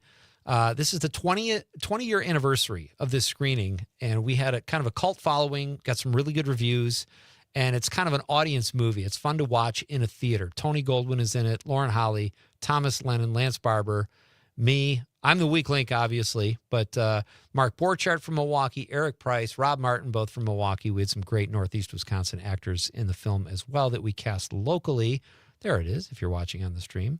And it was such a fun time shooting in Marinette 20 years ago. And so come on out. If you're in the Madison area, December 4th, it's going to be a lot of fun. And like I said, for a good cause, $1 from every ticket. Tickets are only $10. And $1 from every ticket will go to the Dane County Humane Society. John and Gordy are going to introduce the film and do a Q&A with me afterwards. It should be a lot of fun. We talked about that in hour number 1, and Carolyn on the stream says, yes, and watch Tony Goldwyn and the Boys Next Door. It's an older movie with Nathan Lane. Excellent. Oh, my gosh. The Doctors in Recital are here, Conrad. They're here early to warm up. I should have taken their picture at the window. They were tailor-made for Nightlight Window Fun. All right, we're doing it all tonight, folks. 3-hour version of Nightlight. It will be that way for the foreseeable future. It is great to have you here talking movies, comedy, music. We've got live entertainment coming up in just about 10 minutes, and I'll read your texts next. And I got to play that great clip, No Country for Old Men. We'll do that, too. That's coming up next on Nightlight with Pete Schwaba on the Civic Media Radio Network. Can you start breaking down? 'Cause you're under strain. Mark to De Pere. This is 97.9 WGBW. A stiff chair makes you sit. An X chair lets you float. Upgrade to an X chair, engineered for better posture and focus. The secret? Patented lumbar support that adjusts instantly. SiFloat Infinite Recline that moves effortlessly with you. X chair is next level ergonomic seating that truly floats. Right now, you can save up to 50% with the X Chair holiday sale. Supplies are limited, so visit xchair.com today for up to 50% off. That's xchair.com. With locations in Appleton and Oshkosh, Insight Eye Care has been serving the Fox Valley since 1972, offering comprehensive eye care services. Their doctors also share a special interest in treating chronic dry eye disease, providing specialty contact lenses, and expert pediatric eye care. Find Insight Eye Care on North Sawyer Street in Oshkosh and Chain Drive in Appleton, improving lives by improving sight with quality eye care for everyone in your family. Insight Eye Care. Visit wiinsight.com to schedule your eye exam today. Howe Elementary Community School is looking for volunteers. It's Amanda with another new Wisco 411, letting you know that a volunteer opportunity is available at Howe Elementary because they need family and friends of the school community to serve as guest readers or storytellers for classrooms ranging from kindergarten to 4th grade on November 12th. You can connect with classrooms to share a diverse story that offers a different perspective. Learn more by heading to WGBW.FM and clicking events.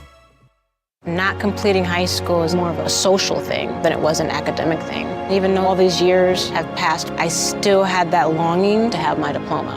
At age 30, Carissa finished her high school diploma. If you're even considering getting your high school diploma, you can do it. No one gets a diploma alone. If you're thinking of finishing your high school diploma, you have help. Find free adult education classes near you at finishyourdiploma.org. That's finishyourdiploma.org. Brought to you by the Dollar General Literacy Foundation and the Ad Council. Every 15 seconds, someone is diagnosed with cancer.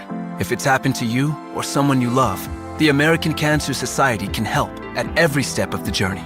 Visit cancer.org today.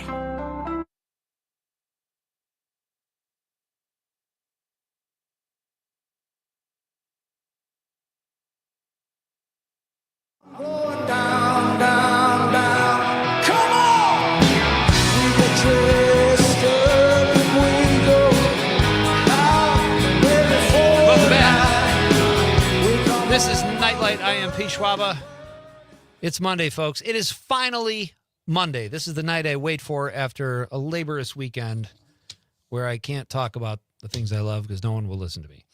But I love to talk movies. Listen, Conrad, we got to get to this because you saw The Running Man. I did not make it to the theater to see The Running Man. That was high on my list. It did not finish number one. I thought it would open and crush. But maybe Glenn Powell isn't the theatrical draw we thought he was going to be. Honestly, I thought it was great. Yeah, tell us about it. It was so fun. I was locked into the whole movie. Nice. Around it's like a 2.5 hours, I believe. Whoa. Somewhere around there. Okay. And I think it has great timing, honestly. I don't think it should be shorter or longer or anything. You weren't like waiting for it to end or anything. No, I thought it was Glenn Powell good? He was great in it. Yeah. And now I really want to see the Arnold version to see what the differences are in the movies. But it was fascinating, I thought. And it's a fun time at the theater. Yeah. And it was kind of ahead of its time when the 87 version came out. Thinking about that, the whole movie, I was like, wow, this is in the 80s? It's kind of the same way with like my classic movie pick of the week last week for New Wisco Weekend was the original Terminator, because we were talking about AI on the show. And I thought this was an AI movie before AI was like part of our everyday vernacular. It was like AI took over the world. And James Cameron kind of predicted that in 1984. He wasn't the first guy to do it, but in terms of cinema, it was way ahead of its time too. So I have to see this reboot. I'd love to know what you think about the Arnold version compared to this one. Have you seen that one? The Arnold Schwarzenegger one? Yeah. Oh, yeah. Yeah, I'm definitely going to watch it and just see how similar they are and how different. Right. But I thought it was just a fun time at theater. And, I had to go to the bathroom around the hour mark, and I didn't until the movie ended. That's how drawn I was to it. I didn't leave. There was a pretty long line behind that urinal when you were Conrad finally relieved himself. Okay. All right. Now let's pivot to another movie you saw that you thought was not very good. Yeah. And you love Kevin James. I love Kevin James. I like Kevin James. I don't know if I ever told you this. I've done punch up on some of his movies. Like we sit at a table and Kevin is there, and it's fun, and you just add jokes to his scripts. I think I only got like 2 jokes in the 4 or 5 times I did it, but I really like Kevin James. I think he's a very good person. I think his TV show is one of my favorites, The King of Queens. Very popular. It's just, you go to any episode, it's just, there's always something you could find that's funny in it. Yeah. I liked, listen, I took a lot of flack for this from my jaded comedian friends back when it came out, but I loved Paul Blart. It's great. My son Joe, that was like the first live action film we could go to together. And I just thought it was a blast. I thought he was really good in it too. So the movie that you're talking about is called Playdate. Playdate, right. And it's with Alan Richardson. And who I like. Kevin James. And it's kind of like a buddy action comedy. Okay. And just like half of it, just like the start of it, you're just like, what am I watching right now? Because it's bad? Like, yeah, there's some cringy moments in the starting. You're like, what? There's some parts in it like, okay, I'm not one for watching film and being like, that shouldn't be there or something. You know? Right. There's this one time where he meets the mafia moms. Okay. That sounds like trouble. And it's a bunch of single moms that go to the park with their kids and drink wine while their kids are playing. Okay. And they have snacks with them. And she hands Kevin a pack of grapes. Okay. It's one shot. Yeah. It zooms into Kevin's face, zooms out. It's not grapes anymore. It's carrots. So I'm like, what? I love that stuff. I kept looking at it like 4 times. Like, that's definitely not supposed to be I like love that. I absolutely love that. But anyways, there's some moments where I just cringed in it. There's some funny parts, but there's a reason this movie was not in theaters. Here's one of the reasons. It got a 17% on Rotten Tomatoes. I mean, yeah. Even the audience score isn't quite fresh. It's 59%. So I can see that I feel like that's kind of high for it, to be honest. The 17 or the 59? The 59. Okay. I feel like I'm a huge Kevin James fan, and I like Alan Richardson too. Yeah, I like Alan Richardson too. I love the Reacher. I didn't think it was great. So we have a clip that I really want to play. This is a great. How long is the No Country? We can play it. Okay. This is facts about the movie No Country for Old Men, a Coen Brothers films, one of my all-time favorite movies, and Woody Harrelson's connection to the movie. He is in the movie as well. Let's play that, Con. This is the weirdest bit of movie trivia I've ever heard. Okay, so you know the movie No Country for Old Men. Even if you haven't seen it, you probably know it as the film where this guy in a weird haircut goes around and kills a bunch of people. Okay, well, the movie and the book that it's based on take place in 1980 in a tiny little town along the border in Texas.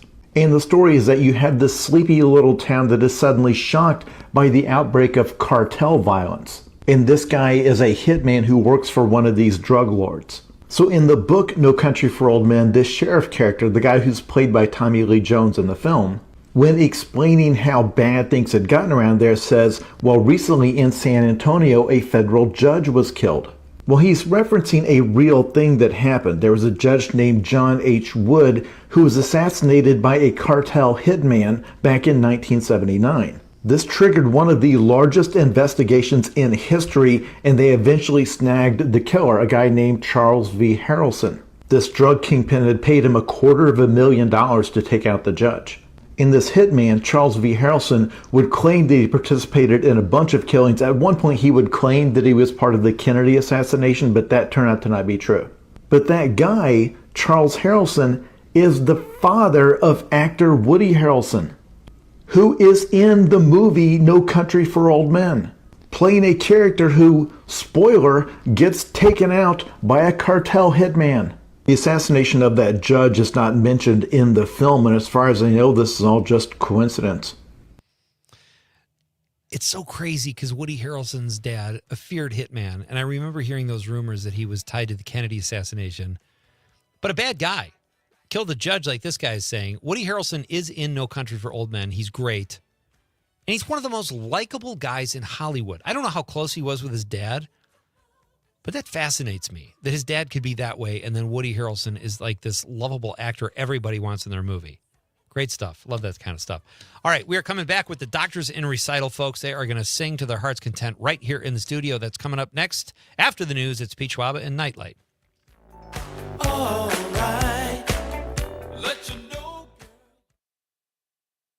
From Ashwaubenon to Alloway, this is 97.9 WGBW.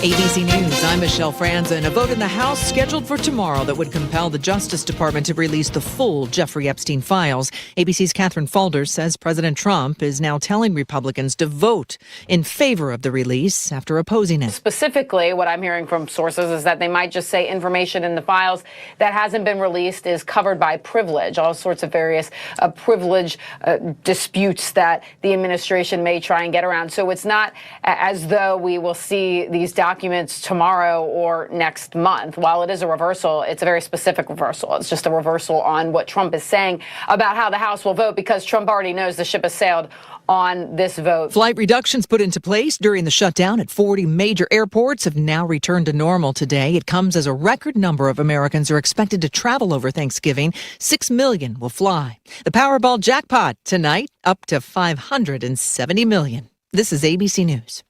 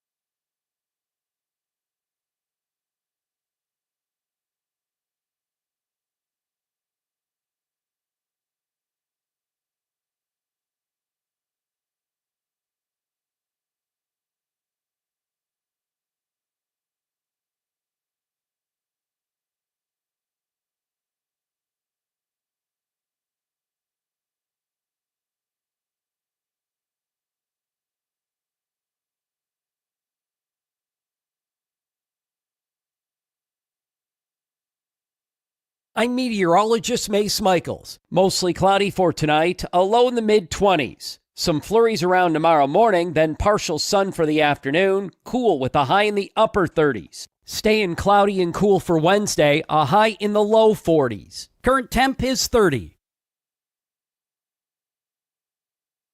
Doctors Without Borders is delivering life-saving medical care where it's needed most in communities around the world. From bandaging war-wounded patients in Sudan to providing clean drinking water in Haiti, we're in more than 70 countries worldwide, bringing patients from sick to recovering, from emergency to aid, from crisis to care. This life-saving care is made possible by a global movement of supporters like you. Thank you. The Elder Care Locator is here to help you live your best life as you age at home. Our call center advisors are ready to connect you with trustworthy local experts. Help is just a phone call away at 1-800-677-1116. Being blind doesn't look how others may think. Retinitis pigmentosa aimed to overwhelm my family. It tried to cut me down. I know where to find support. Learn more at fightingblindness.org. Foundation Fighting Blindness. I was stuck in a state of panic and endless rituals, so I made the call. Mental health care.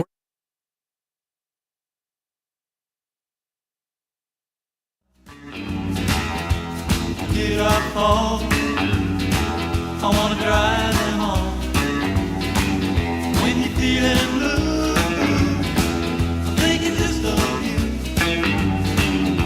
Someone's living. I'm Pete Schwaba. This is Nightlight. Great to have you with me on a kind of a, would you call this a kick-ass Monday, Conrad, or just a basic? Yeah, I'd say so. It's 3 hours. It is. You got to pace yourself. I'm getting a little winded, but I took a knee outside, caught a blow, as they say, and I can talk like that because we were talking sports.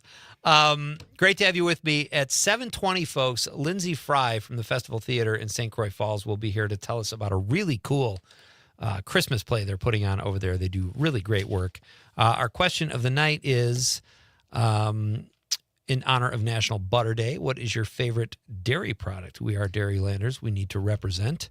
And I'm going to ask my next guests that question too. Even though they're here to sing, I'm going to ask them about dairy because I take all the risks.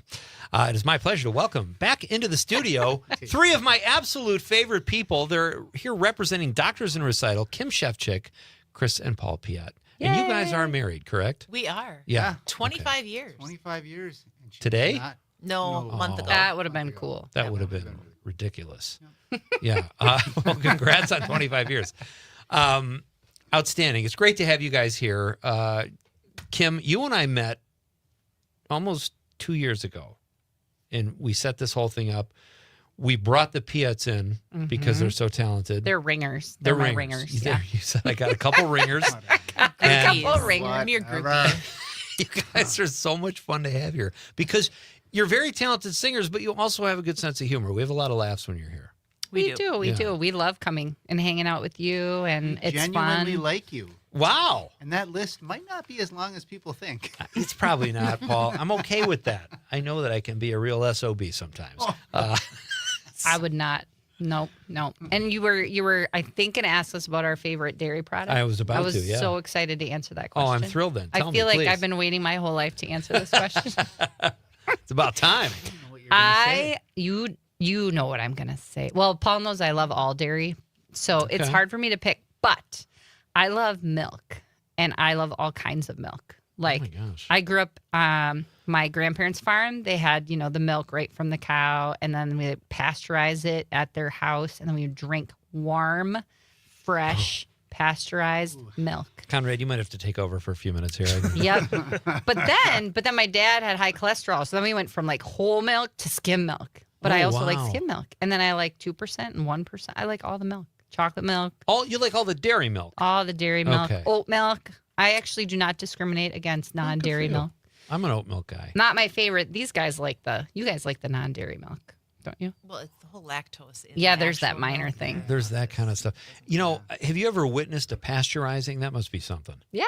What happens? What's that? It just gets Take really, us really, there. really, you go out really in the hot. pasture and it begins to levitate. The milk starts to bubble Pasteurize. from the sun. But that's a good analogy. No, it's it's like you just basically get it super hot. Really? Yeah. All right, and it's then like a pressurized system, and so it uses pressure to like not really get it hot. It's a just lower boil temperature, the high devil. pressure. Boil the devil out of it. And my grandma would always get mad if we drank it before it was pasteurized because she grew up when people were drinking non-pasteurized milk and getting really, really sick. And so she today would just like roll over in her grave knowing that people pay a lot of money for unpasteurized milk. Because she saw No people kidding. like get really sick and Did they know what practically was die. making? Like, did they know what Yeah, was they knew it was Okay. bad milk, and Huh. they had no choice because it was the Depression, and they had to drink it. And what are you going to do? Now, this is interesting because the song you're going to play for us is called Bad Milk. So I think this is a great way for us to lead. No. And what about you guys? Paul, What whip about, it out. Paul is about ready. I'm like, come okay, up with bad something. Oh, I love that. That was good. Keep going. Oh, that's pretty good. So what about you guys? Do you have a favorite dairy product? Ice cream is the, obvious, right? But when you're in the mood for like melted cheese, like on a sandwich, like a toasted sandwich with gooey melted cheese, that's pretty good. That's pretty good. What about you, Paul? Got to go with a good sharp cheddar. Good sharp cheddar, nice. And I like the stuff that's also got like cranberries in it or getting Oh, yeah. fancy. Yeah. are you guys fancy. fans of the cheese log? I don't know who created that.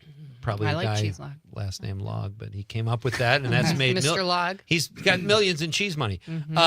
And then the cheese ball. And then You've the got cheese the ball. Mr. Ball. Cheese ball. We've got a good friend that makes a mighty good cheese ball and likes to bring it to parties. Cheese curds. It's just fun to talk about cheese. Growing up, Dykesville Bowl, cheese Dykesville curds, Bowl. best in the state. Oh, really? I feel like we had this conversation I feel last like we time did we were here. too. I just had deja vu. Yeah, serious. Was it deja vu. National Cheese Day the last time we came? No, it's National Butter Day today. Oh, and my butter favorite is day. actually melted butter. I don't eat a lot of dairy, but I will never say no to melted butter on bread, potatoes. Yes. Butter you know, makes everything whatever. better. Absolutely. Conrad, did I leave anything out in the preparation of the dairy talk with the doctors and recital? I don't think so. Some people said sour cream today. That's true. Sour cream's cream a big is one. great. Potato. Sour Yeah. cream is great. Or Mexican food, love Yeah, that. yeah. It's a So great many- garnish. We're very fortunate to be able to talk. You know, in some foreign countries, they can't just have willy-nilly cheese talk. We No. can talk about it here, though, It's like and not be blacklisted. worried about exactly. All right, so that was fun. Thank you for indulging me in my dairy questions. But how are you guys? What is going on? Tell us, for people who have not been to a Doctors and Recital performance, give us a little background, Kim. Well, what you will witness is first you're going to walk into the beautiful space of the Widener. Yeah. You know, one of a kind. We're Great so lucky facility. to have that gem in our community. And we have physicians and other healthcare team members putting together essentially a variety show. And then other musicians, some of our local talent in Northeast Wisconsin joins them on stage. And you'll see things that range from classical to pop to country to jazz. Sometimes we get really crazy and there's music theater. I mean, it's a wide variety. It's all to raise money for local nonprofits. And this year's theme is essentially helping end hunger in our community. So we have several nonprofits that help to feed their community. And we are fortunate to have just some wonderful nonprofits again this year. Every year it's somebody different. But and then we also support music education and the arts education. So that's also another subset of where our money that we raise goes. So we get sponsors and we've kind of closed up our books with that. And now it's all about ticket sales, which is, of course, one of the things we are asking our audience for. Spread the word, because you can get a great ticket, support some local causes, enjoy wonderful music. These people will be on stage among many, many others. And it's just a fun night. And I don't know, like, people say, yeah, I heard of it, but like Doctors and Recital, I think it's kind of a weird name, but now we've done it so long we have to stick with it. It's not a recital. Yeah. It's more of just a cabaret kind of thing, variety, singing, instruments. And it's very talented people. Very, very talented. The first time you guys were here, I remember watching a clip and thinking, oh, they're like medical people who invite these performers to town and you guys play background or something. But I'm like, they're all doctors or people in your field. And you're a physician's assistant, right, Kim? Yep. So it's spectacular. Yeah. Well, every act has to be headlined by a physician, and maybe they're not the headliner, but they're definitely going to be one of the main players, one of the main singers. They're organizing the act. So one of our performers who's a neurosurgeon, I mean, he plays and he sings. One of our performers who's a neurologist, he sings in a quartet, sings in kind of a more of a group. We've got all sorts of medical specialties involved, and it's pretty awesome. I mean, it's not just a bunch of people who think they're good. There's people who are actually And if those good. of you listening have health problems, this is the show to go to. Yes. Because if something does happen, Is you there are a doctor in the covered. house? You've got There's several. nothing but doctors in the house. Yes. Kim Shefchick, Paul and Chris Piet are here. They are here representing Doctors and Recital, a great show. This year's show is in January. Every year it's in January. It's always right? January, either the last Saturday or the second last. This year we're on the 24th. So that second to last Saturday in January, 7 p.m.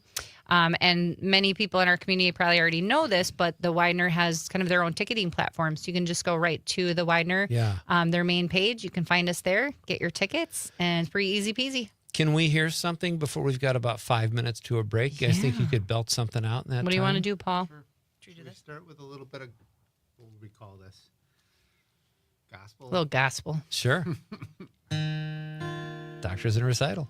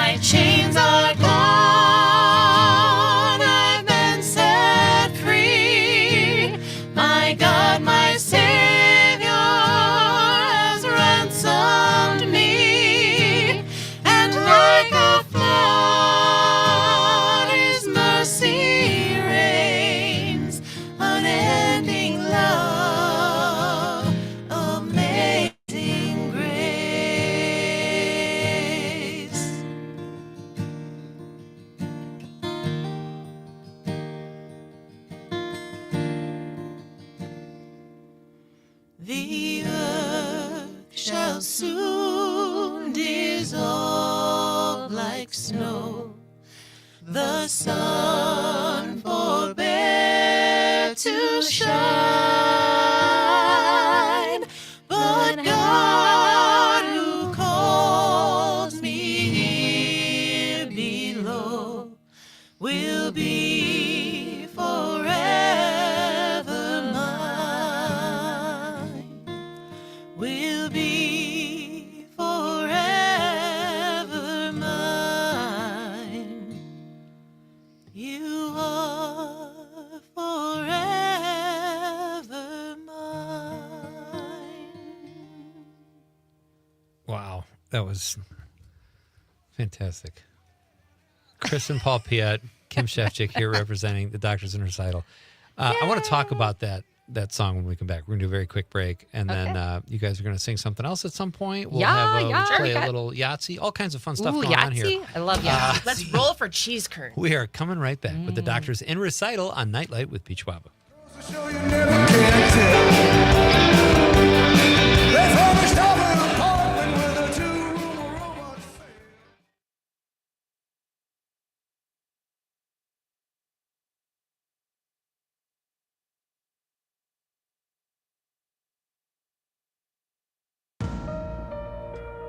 Hey, Northeast Wisconsin, this is Kristen Ambos with the Always On Point podcast and Point Mortgage. On Sundays at 10 to 11 a.m., you'll find me on the Civic Media app, as well as 1590 a.m., 97.9 FM, and all podcast platforms where we'll discuss everything mortgage, real estate, and market related. Any questions? Text them to 920-606-1156. Join me every Sunday. When severe weather hits and the power goes out, do you have a plan?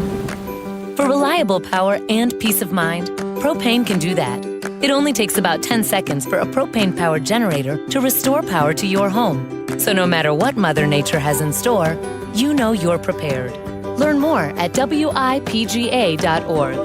This message is sponsored by your local propane provider and the Wisconsin Propane Education and Research Council. Reading aloud to children sharpens their listening skills, expands their vocabularies, and nurtures a lifelong love of reading. That's why Reading is Fundamental, the nation's leading children's literacy nonprofit, offers free monthly read-alouds by popular authors through its Rally to Read program. Visit rallytoread.org to watch the read-alouds and discover exciting reading activities for school and home. Visit rallytoread.org today. We are the National Park Foundation, and together with you, we're creating a future where every person, every generation, gets their chance at an unforgettable moment. Learn more at nationalparks.org/foundation. The possibility of lung cancer can be pretty scary, especially if you're one of approximately 8 million current or former smokers at high risk. That's why SaveByTheScan.org wants you to know that now there's a breakthrough low-dose CT scan that can detect lung cancer early, and it only takes 60 seconds. You stop smoking, now start screening. For an easy quiz to see if you're eligible, visit SaveByTheScan.org. It could save your life. SaveByTheScan.org is brought to you by the American Lung Association's Lung Force Initiative and the Ad Council. Small businesses are the heart of America. As the nation's largest nonprofit resource of expert business mentoring, SCORE has helped millions of entrepreneurs build their businesses for free. Find a mentor today at score.org. For 75 years, the Muscular Dystrophy Association's voices have thundered through the halls of Congress. For 75 years, we've willed the impossible into existence. For 75 years, the MDA community has pushed the science, shifted the narrative, and established the field of neuromuscular medicine. And until that day, when this is all a thing of the past, you couldn't stop us if you tried. Join us and celebrate 75 years of breakthroughs at MDA.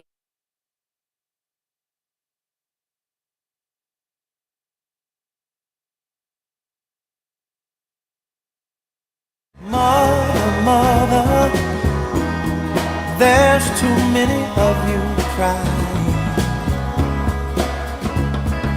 Brother, Welcome back. This is Nightlight. I am Pete Schwaba.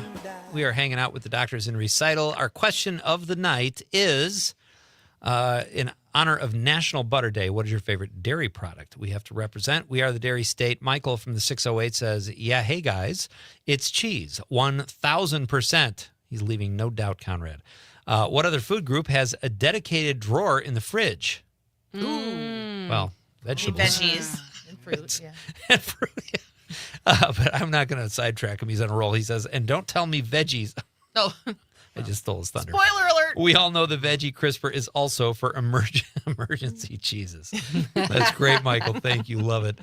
Dave on the stream says, I think he means not drink. He says, I will drink or eat any dairy that comes from a nut. Milk must come from a mammary gland. Like Mr. Fokker said, a cat has what is that? A cat? Is that from the movie that the cat actually had nipples? Yeah. Okay. A cat has nipples. Can you milk a cat? Well, I can't really argue with that, Dave. And then he clarifies, I will not eat. And then he put the emoji for mammary glands, for lack of a better. Oh, yes. I was wondering what that was. Now I see it. Yeah, my wife sends that to me all the time. No, I can't wait to get home. Here are, no. But we have a few texters who are a little obsessed with the women's anatomy. Would you find that? Is that accurate, Conrad? Yeah, I would say so. And they find ways around it. They're tasteful, but you know what they're thinking. So I don't Tasteful, think yeah, that counts definitely. as dairy either. But all right, the doctors in recital are being represented here in the studio tonight by Kim Shefchick, Paul, and Chris Piat. They come by, well, in the summer and in the fall. You guys do On Stage for Cancer as well in the summer, which is so great. And so Doctors in Recital, you can get tickets at the Widener website. It's January 24th, and the Widener Center is a phenomenal facility with beautiful, some of the best acoustics, I would imagine, which are what is there anyone, is it kind of the same, like if people go every year, are there different featured singers every year? Yes. Not that they wouldn't want to see the same ones, but like. There's like your core anchors. Okay. I mean, some of us have been in it almost from the beginning. Dr. Ringwelski singing gospel. I'm in there. I'm a hodgepodge performer. We've done a wide variety. Let's see. Dr. Chun, she always does some very, very classy piano. I mean, she basically turned down Juilliard to go to medical school. Oh, so, we've talked about her. Wow. Yeah, we've talked about her. That's really emasculating. But then you'll someone have that talented. You know what I mean? I Honestly, God, she's not even a guy, and I'm emasculating. Like, she could have gone to Juilliard. No, I'll go to medical school. Yeah. I'll save lives. Yeah, right. I'm like, well, Whatever. with me, it's either do nails or go into show business. Those were my options, and I'm not sure Waiter? I chose the right one either. Waiter. I would drop That's something. kind of like show business, actually. Yeah, It's true. That's true. Yeah. If you want to make money, you need tips. No, That's show business. That's like the old question. Oh, my wife's an actress. Oh, really? What restaurant does she work at? So there you go. Well, I mean, you will never be able to predict what the show is. Yeah. Because it's different every year. There's not, and we try really hard to not repeat songs too. So it's pretty rare that you'll be like, didn't someone do this already? We have a choir that is every year picking a couple different songs, and they usually do some show tunes, but not always. We had a Moana song. What was that one that? Don't talk about Bruno or what? We don't talk about Bruno. We don't talk about Bruno. That was cute. It's fun. They try to do something that's kind of like in that popular current timing. Right. Things that are classics and oldies but goodies. I don't know. It's been all over the map. So do you have a theme in terms of, first of all, I just want to say too, you guys did Amazing Grace right before the break. There are 3 songs where I really struggle to hold back tears. And they're tears of joy because of the beauty of the songs. And Amazing Grace is one of them. Really? Ave Maria, forget it. And Danny Boy. Those 3 songs, I just can't. If it's like a funeral setting or you're somewhere where there's perfect acoustics and it goes right to your bones, it's just like those songs in particular. But are there songs like that in this year's show? What can you tell us about? I know you said you mix it up a little bit. Are there anything you can share that we're definitely going to hear? Let's see. Well, we are doing Listen to the Music. Do you remember that? The Doobie song? Brothers? Yeah. Oh, nice. Yep. I love that. And we are lucky that the Power Tool Horns from Big Mouth and the Power Tool Horns, local band, they will be joining us on stage. So that'll be exciting. Excellent. There's always, there you go. Thanks. Chris always is at the ready with Such the a actual teacher. plan. I can't help it. Can't shut that off. So do you know It was Who? popular back, I want to say like mid to late 2000s.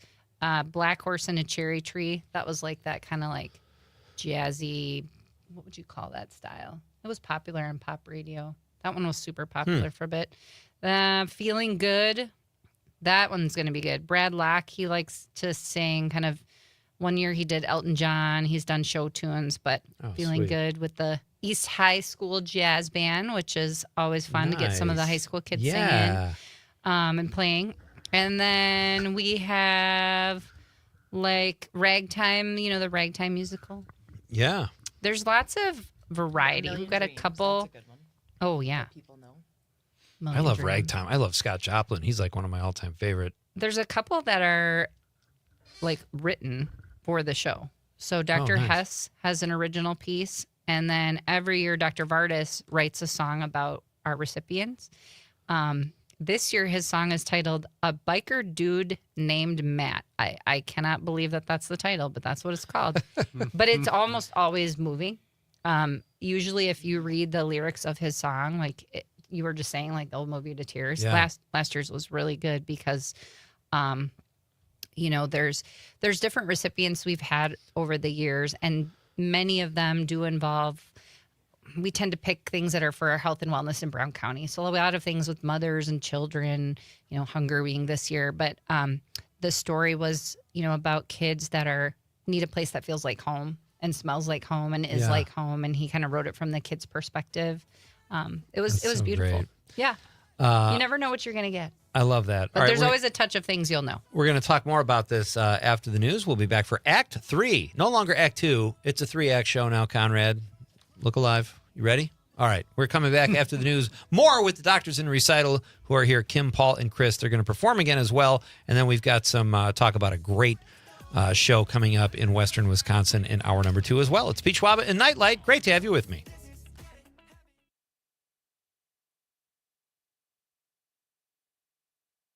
WGBW, Denmark, Green Bay. ABC News, I'm Stephanie Officer. President Trump doing an about-face when it comes to his stance on releasing the Epstein files. On social media Sunday, the president claimed he has nothing to hide, and House Republicans should vote to release the files that they are, quote, legally entitled to. Trump today making comments at the White House. We'll give them everything. Sure, I would. Let the Senate look at it. Let anybody look at it. But don't talk about it too much because, honestly, I don't want to take it away from us. Tomorrow, the House is expected to vote on a bill that would push the DOJ to release the files. Costume art will be the next big show at the Metropolitan Museum of Art's Costume Institute, launched by the Met Gala, pairing garments with objects from across the museum to show how fashion has long been intertwined with different art forms. CEO and director of the Met, Max Hollein, hopes the exhibit will take visitors to the New York Museum on a journey through art history and fashion. This is ABC News. The U.S. given a failing grade on infant and maternal health. This is the fourth year in a row the country has gotten such a low grade, but the March of Dimes says 10% of all babies in the United States are born prematurely, and nearly a quarter of all expectant moms don't get prenatal care until after their first trimester. Pre-existing conditions like high blood pressure and diabetes, both known risk factors for preterm birth, were up among pregnant women year over year. More states saw premature birth rates worsen rather than improve. Sherry Preston, ABC News. An Indiana homeowner who shot a woman who mistakenly came to the door as a house cleaner earlier this month will now face manslaughter charges in her death. The 62-year-old man faces up to 30 years in prison if convicted. 3 men were arrested in New York City over the weekend after reportedly making a $100,000 bribe to a juror in a drug trial against the former heavyweight boxer. That trial now on hold while a new anonymous jury is chosen. Stephanie Officer, ABC News.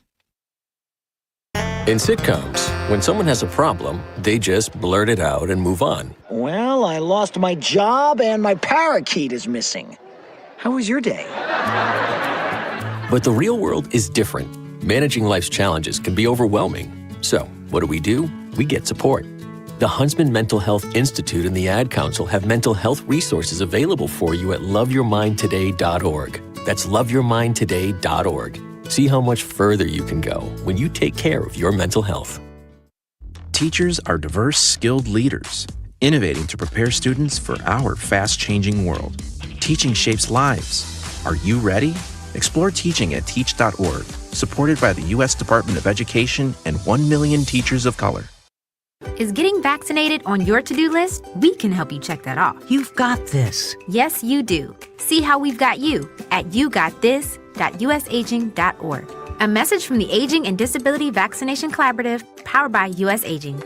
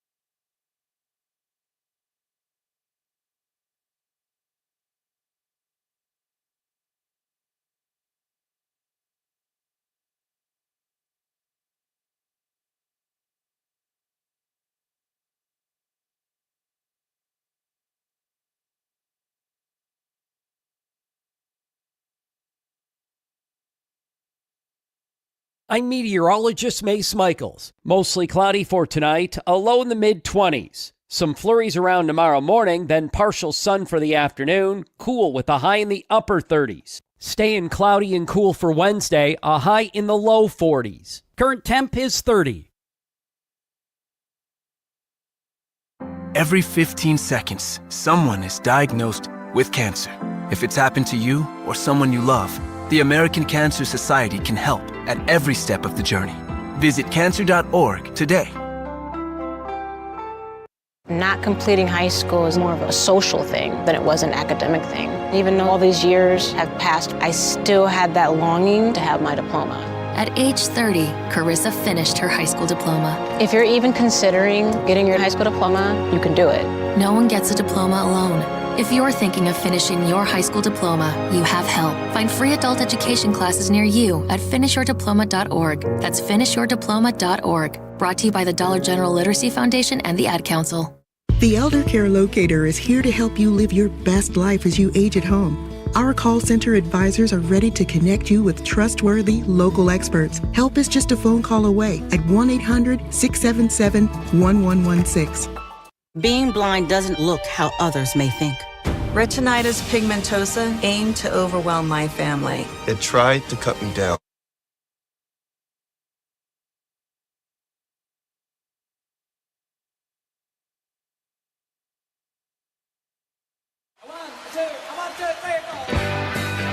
Broadcasting live from the Civic Media Studios in Green Bay, this is Night Light with Pete Schwaba, your inside source on everything entertainment from Wisconsin to Hollywood.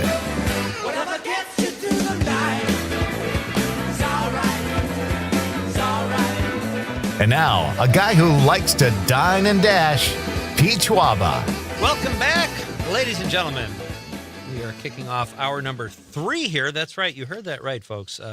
Nightlight has been extended for an extra hour, at least through the holidays. We will be kicking off every show at 5 p.m. and hopefully keeping you company while you're in your car, if you're in your car, if you're a commuter, or if you just want to sit and listen to the radio at the very early hour of 5 o'clock. That works as well. Either way, it's great to have you. If you missed the show, let's get people caught up, shall we, Conrad? Jimmy Kuska was here. Yeah. He is the Civic Media Sports Director. We talked a little sports with Jimmy and some movies and TV, because Jimmy is a big-time TV watcher. I would say he could go pro as a TV watcher. He's very good. Yeah, the guy has perfect technique. He gave some good descriptions on the shows he was watching. He did. Why he liked them. He did. It was excellent. And we learned that his son now beats him at chess. So that was fun.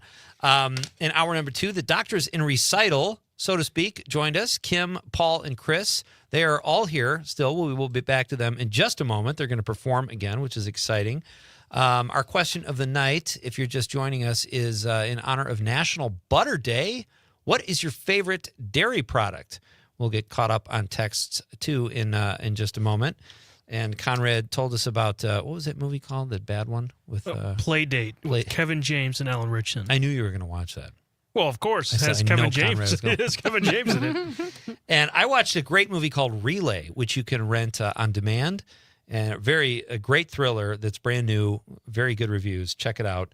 I also want to tell you about a screening you can attend if you're in the Madison area or up for a road trip. The Godfather of Green Bay, a film I made 20 years ago, will be showing at the Atwood Music Hall December 4th. It's going to be a really fun event. It's sponsored by the John and Gordy Show at WGBW here at Civic Media and Downdren's Distilling. Tickets are just $10, and $1 from every ticket goes to the Dane County Humane Society. So it's for a good cause. It's a comedy I made. I'm in the film with Tony Goldwyn, Lauren Holly, Lance Barber, Tom Lennon. We got great actors here in Wisconsin. And it's a really fun movie to watch with a crowd. Some good laughs and kind of a feel-good movie. And definitely a Wisconsin fall movie. So come on out on December 4th. It's going to be a fun night. John and Gordy will be there introducing the film. And I'll be there for a Q&A hosted by John and Gordy as well after the film. So hope to see you out there. Come on out and say hello. And coming up in just a few minutes, we'll have Lindsay Fry. She is the executive director of the Festival Theater and also a very talented actress. She's going to be here to tell us about a show they're putting on at the end of this month and early into next month. So we'll talk to Lindsay in just a few minutes. That will be fun. Right now, man, we are jamming through our first 3-hour show, Conrad. The Doctors in Recital are here to help us. Kim Shevchik, Chris Piat, Paul Piat. They're married, in case you're wondering. Not all three of us. Not all three of them. No, just Kim and I. No. Hey, I don't know what is going on in your homes, and I don't care. Whatever works for you is great. I've been trying to figure out what's been going on for 25 years. Still, just don't ask questions. All right, so you guys performed Amazing Grace. It was so great. First of all, does dairy affect your ability to sing? Yes. Oh, yeah. Really? Dairy makes mucus. You get that? Yeah. What if it made your voice sound better, the mucus? That would be amazing. Bring that on. Well, maybe if you're singing like, a Hanukkah song, Oh, there you go. right? You want the feeling of choking. Hanukkah. Kim's such an optimist, a glass half full kind of gal. All right, so the show is January 24th at the Widener Center, Doctors in Recital. How many years in a row is this now that you've done this? Well, there's this whole thing called COVID. Oh, yeah. So we had to take a break because, we were kind of busy working and there were a lot of serious things going on, not to make light of it. But we took a year off, then we had to postpone another year. So I think this is year 18. Wow. I think this is year 18. And you've raised over $20, as I understand it, for charity. I was like, Those what? limos don't pay for themselves. Can confirm we've raised more than $20. No, I'm we totally kidding. Gosh, I would have to redo the math because we always say over. I don't want to be out of the ballpark, but over 6 figures. We've had a lot of success, and all just from our community. I mean, That's so great. people are so. I mean, people love to support local music because this is local music, but they also love to support good causes, and we've had some really great recipients over the years. And remind us again, who is the recipient this So year? this year we have 4 basically food banks in the local area here in Northeast Wisconsin, and so we're really harmonizing to end hunger. And then we have our 2 local music programs. Every year we like to support music education, so groups can apply. We're just excited to put on a great show, have a good time, raise some funds. You guys have so much fun with it. I love that. Can we hear something else before I want to make sure I've got a few more questions, but I'd love to have you guys perform again before we let you go. What are you thinking? This one's all you. Uh-oh. Oh, boy. Kim Shevchik, ladies and gentlemen. Speaking of... Will there be backup? Oh, yeah. Okay. There must be backup. Fantastic. Kim, Chris, and Paul. I don't know. I'm just going to repeat what you say. That works. Tumble out of bed and I stumble to the kitchen. Pour myself a cup of ambition. Yawn and stretch and try to come to life. Oh yeah, every morning. I jump in the shower and the blood starts pumping. Out on the street, the traffic starts jumping. Folks like me on the job from 9 to 5. Working 9 to 5. What a way to make a living. Barely getting by.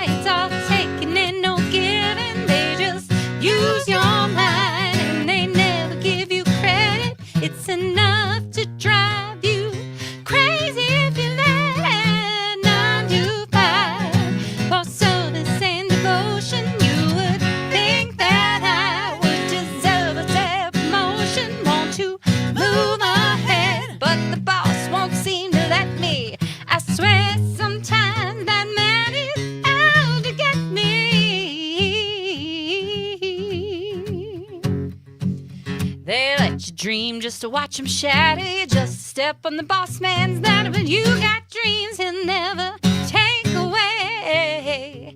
You're in the same boat as a lot of your friends, waiting for the day your ship will come in. The tide's gonna turn and it's all gonna roll your way. Working 9 to 5, what a way to make a living, barely getting by. It's all taking and no giving. They just use your mind and they never give you credit. It's enough to drive you crazy if you let it. 9 to 5, they got you where they want you. There's a better life. You'll dream about it, don't you? It's a rich man's game, no matter what they call it. You spend your life putting money in his wallet. 9 to 5, just working, working, working, working. 9 to 5, they got me working 9 to 5, working 9 to 5, just working, working, working, working 9 to 5. Give me 5.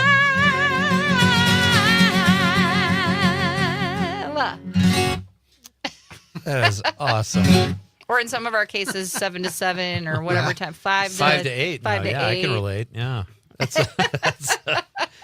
I love that. And that is actually one of the songs that also makes me cry. 9 to 5. Oh my God. Always. Songs about the workplace. It's emotional. It's grueling. It's Dolly Parton. It's Dolly. It's Oh my Dolly. God. You got to love Dolly. She's amazing. Dolly makes you tear up, huh? Dolly makes me tear up for a lot of.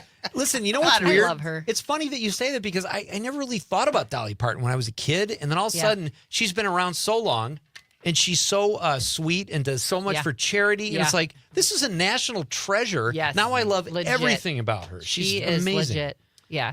I gained, a lot of respect for her when she, I don't know if you know the story, when the Rock and Roll Hall of Fame wanted to induct her, and she said no because I've never made a rock album, but then she did.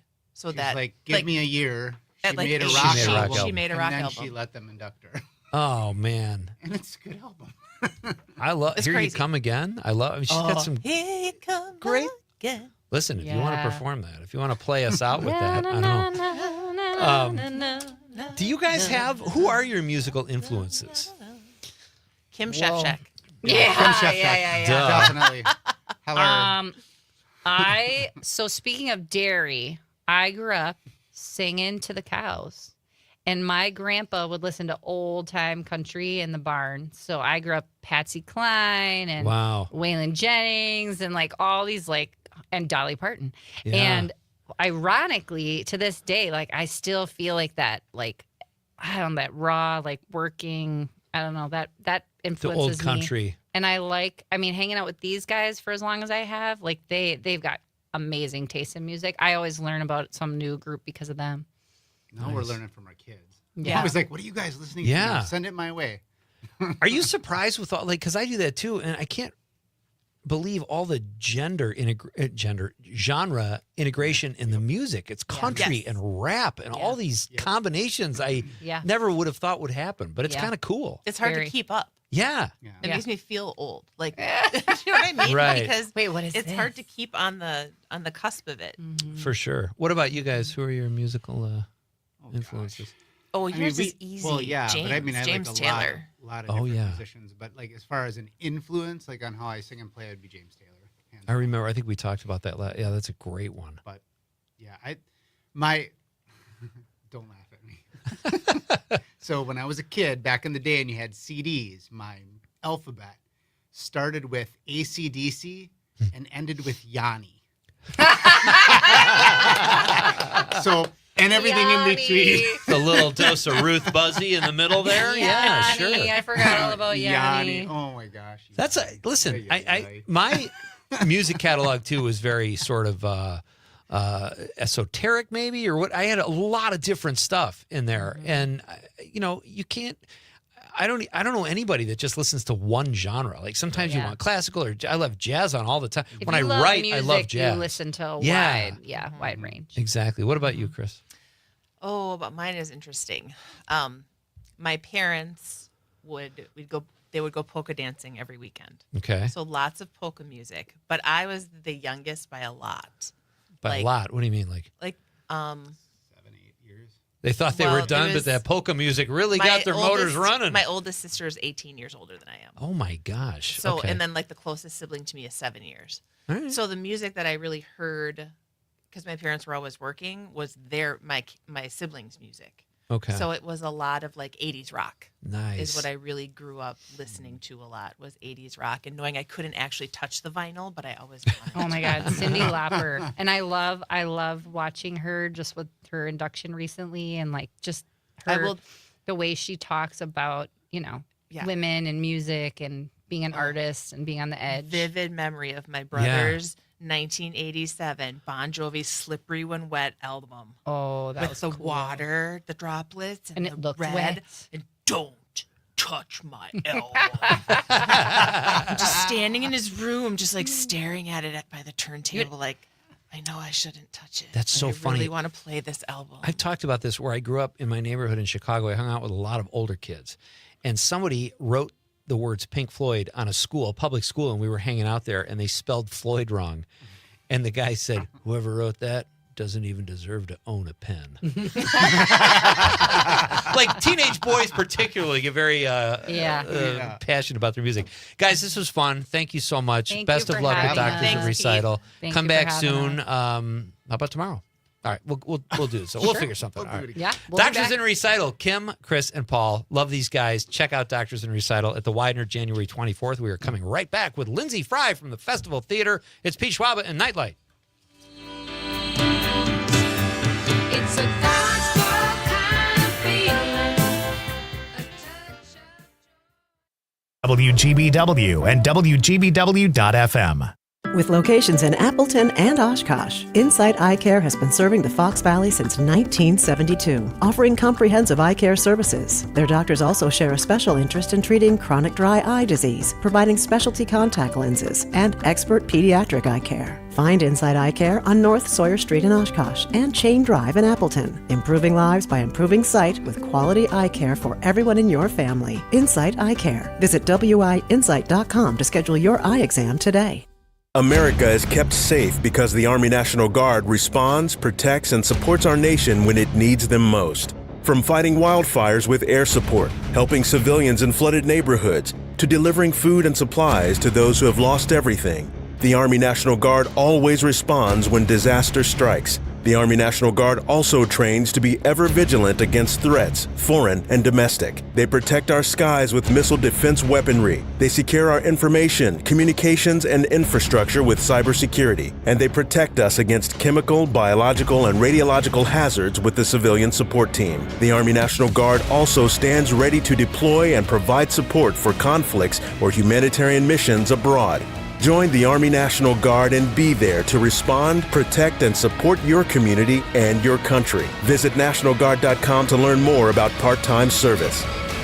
Sponsored by the Wisconsin Army National Guard. Aired by the Wisconsin Broadcasters Association and this station. Doctors Without Borders is delivering life-saving medical care where it's needed most in communities around the world. From bandaging war-wounded patients in Sudan to providing clean drinking water in Haiti, we're in more than 70 countries worldwide, bringing patients from sick to recovering, from emergency to aid, from crisis to care. This life-saving care is made possible by a global movement of supporters like you. Thank you. I was stuck in a state of panic and endless rituals, so I made the call. Mental health care works when you make the call. Visit mentalhealthcareworks.org. A message from the American Psychiatric Association.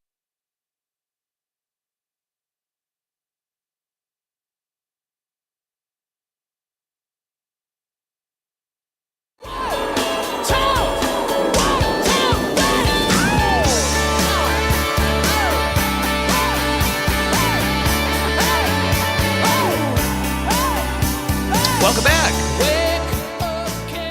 It is a glorious Monday night here in the state of Wisconsin, folks. We are broadcasting statewide from beautiful downtown Green Bay. Great to have you with me. Such a long weekend, and it's finally Monday, and that makes me happy because I get to talk about all the things I love to talk about. Our question of the night is in honor of National Butter Day. Pretty sure that's the only dairy product that has a national day. No, cheese. Cheese has to have a day, right? Milk has a day probably. That's too much. Ice cream has a day. Ice cream I could see. Chocolate, vanilla, strawberry. They each have their own day. Probably. Neapolitan, you think? Yeah. I got the Neapolitan. What is your favorite dairy product? That is our question of the night here at Nightlight. And let us know. Be part of the show, and I will read it on the radio. Tony the Trucker from the 608 says, Pete, like your musical guest. Oh, are they still here? We got to tell them this, Con. Yeah, they're still here. Tell them Tony the Trucker loves them. I do too, Tony. Tony says, like your musical guest. But he says it's ice cold milk. Ice cold milk goes with everything, and without it, we wouldn't have all the other wonderful dairy products. Very well said, Tony. So I thought he was saying like your musical guest, but there was a comma. So I don't know if he liked those guys or not. I assume he loved them. Like we all do. Like them, he likes milk. As much as great as these guys sound, Pete, I like ice cold milk. You can't nudge me off of that position. Lil Irv says, great music on the stream. Thank you, Lil Irv. Appreciate that. And he says, he did the emojis with the boobs that people, send. It's just aberrant behavior. I don't condone it. That's Dave disguised as Lil Irv. He says, it's a guy thing, Pete. And he's referencing another movie I wrote called A Guy Thing. So well done, Dave. I appreciate you working that into your text. Right now, I'm very excited. I'm always excited when we have someone on who hasn't been on the show before. And my next guest, as I understand it, is a very talented actress and also the marketing director for the Festival Theater in St. Croix. Conrad, is it St. Croix Falls? I almost left the Falls part out, and that's very important. But it is my pleasure to welcome to Nightlight Lindsay Fry. Hi, Lindsay. Hi, Pete. It's great to be on. Yeah, I'm glad this worked out. So you're in St. Croix Falls tonight? I am. That's where I'm based out of as an actor. How's it going over there? It's great. We Yeah? Nice town, I hear. yeah, it's a nice small town. The leaves were really pretty this fall. Yeah, it's a gorgeous area. And you're right by the Twin Cities. That's kind of fun, too. Two great cities there, not too far away. So I have to ask you, Lindsay, before we get into the nuts and bolts of this great show you have coming up and your acting talents, do you have a favorite dairy product? I do. I was thinking about this when you were talking.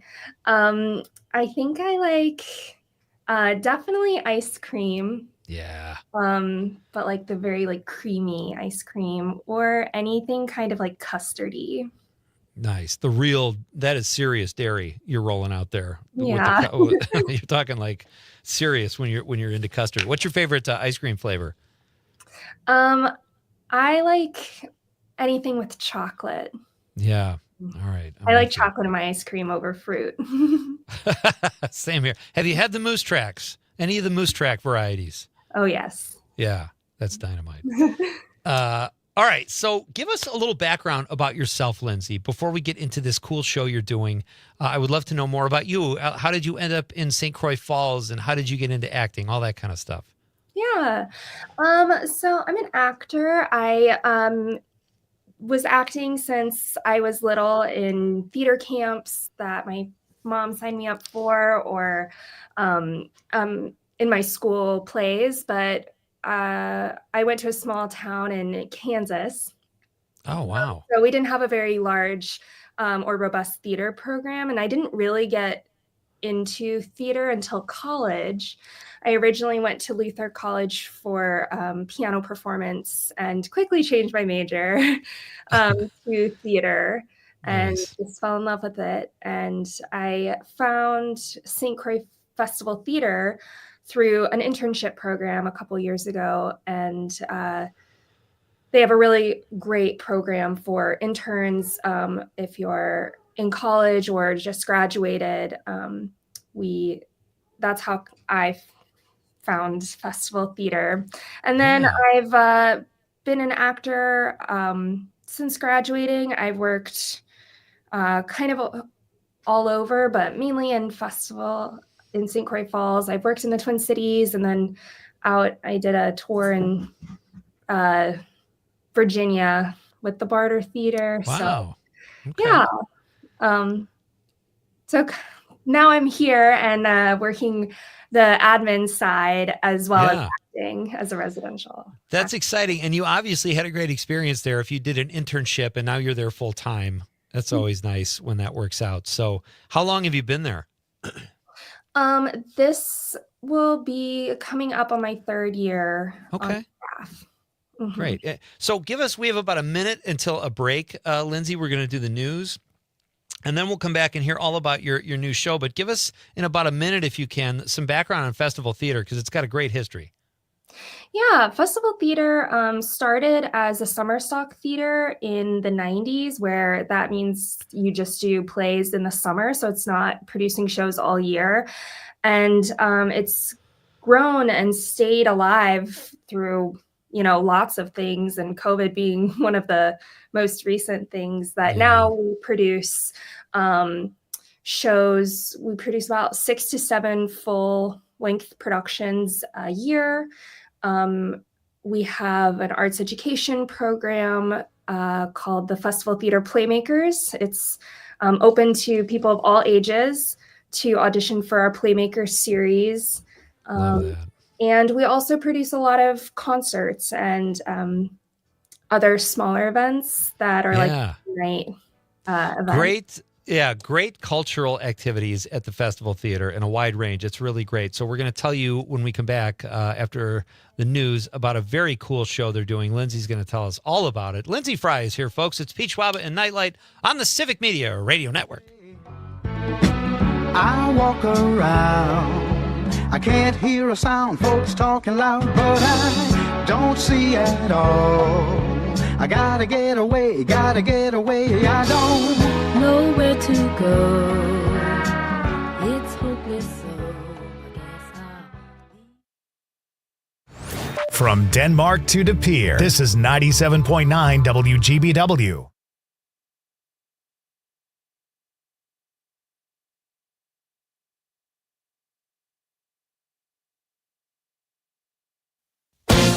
ABC News, I'm Stephanie Officer. President Trump doing an about-face when it comes to his stance on releasing the Epstein files. On social media Sunday, the president claimed he has nothing to hide, and House Republicans should vote to release the files that they are, quote, legally entitled to. Trump today making comments at the White House. We'll give them everything. Sure, I would. Let the Senate look at it. Let anybody look at it. But don't talk about it too much, because honestly, I don't want to take it away from us. Tomorrow, the House is expected to vote on a bill that would push the DOJ to release the files. Costume art will be the next big show at the Metropolitan Museum of Art's Costume Institute, launched by the Met Gala, pairing garments with objects from across the museum to show how fashion has long been intertwined with different art forms. CEO and director of the Met, Max Hollein, hopes the exhibit will take visitors to the New York Museum on a journey through art history and fashion. This is ABC News.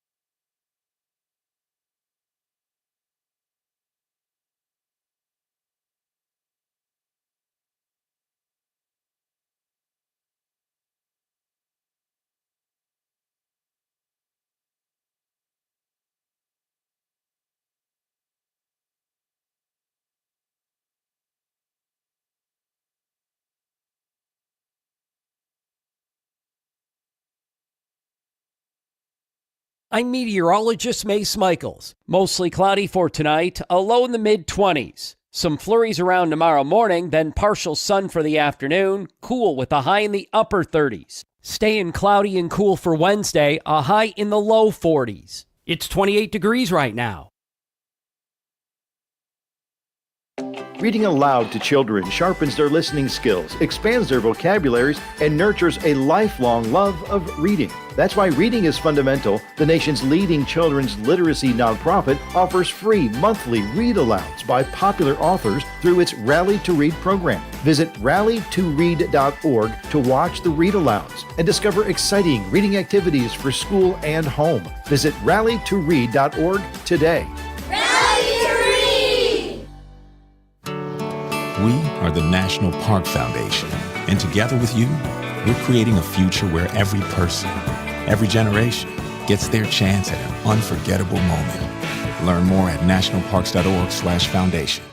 Small businesses are the heart of America. As the nation's largest nonprofit resource of expert business mentoring, SCORE has helped millions of entrepreneurs build their businesses for free. Find a mentor today at score.org. Teachers are diverse, skilled leaders. Innovate.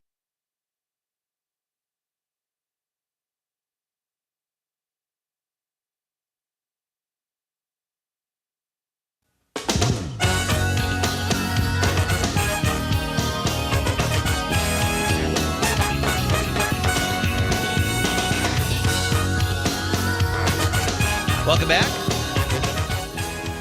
You've got Nightlight on the Civic Media Radio Network. I'm Pete Schwaba. Tomorrow night on the show, the legendary Frank Hermans of Let Me Be Frank Productions is going to swing into the studio and perform tomorrow and tell us all about his Christmas show this year at the Meyer Theater. I went last year. It was an absolute blast and a great way to kick off the holidays. Frank will be here tomorrow.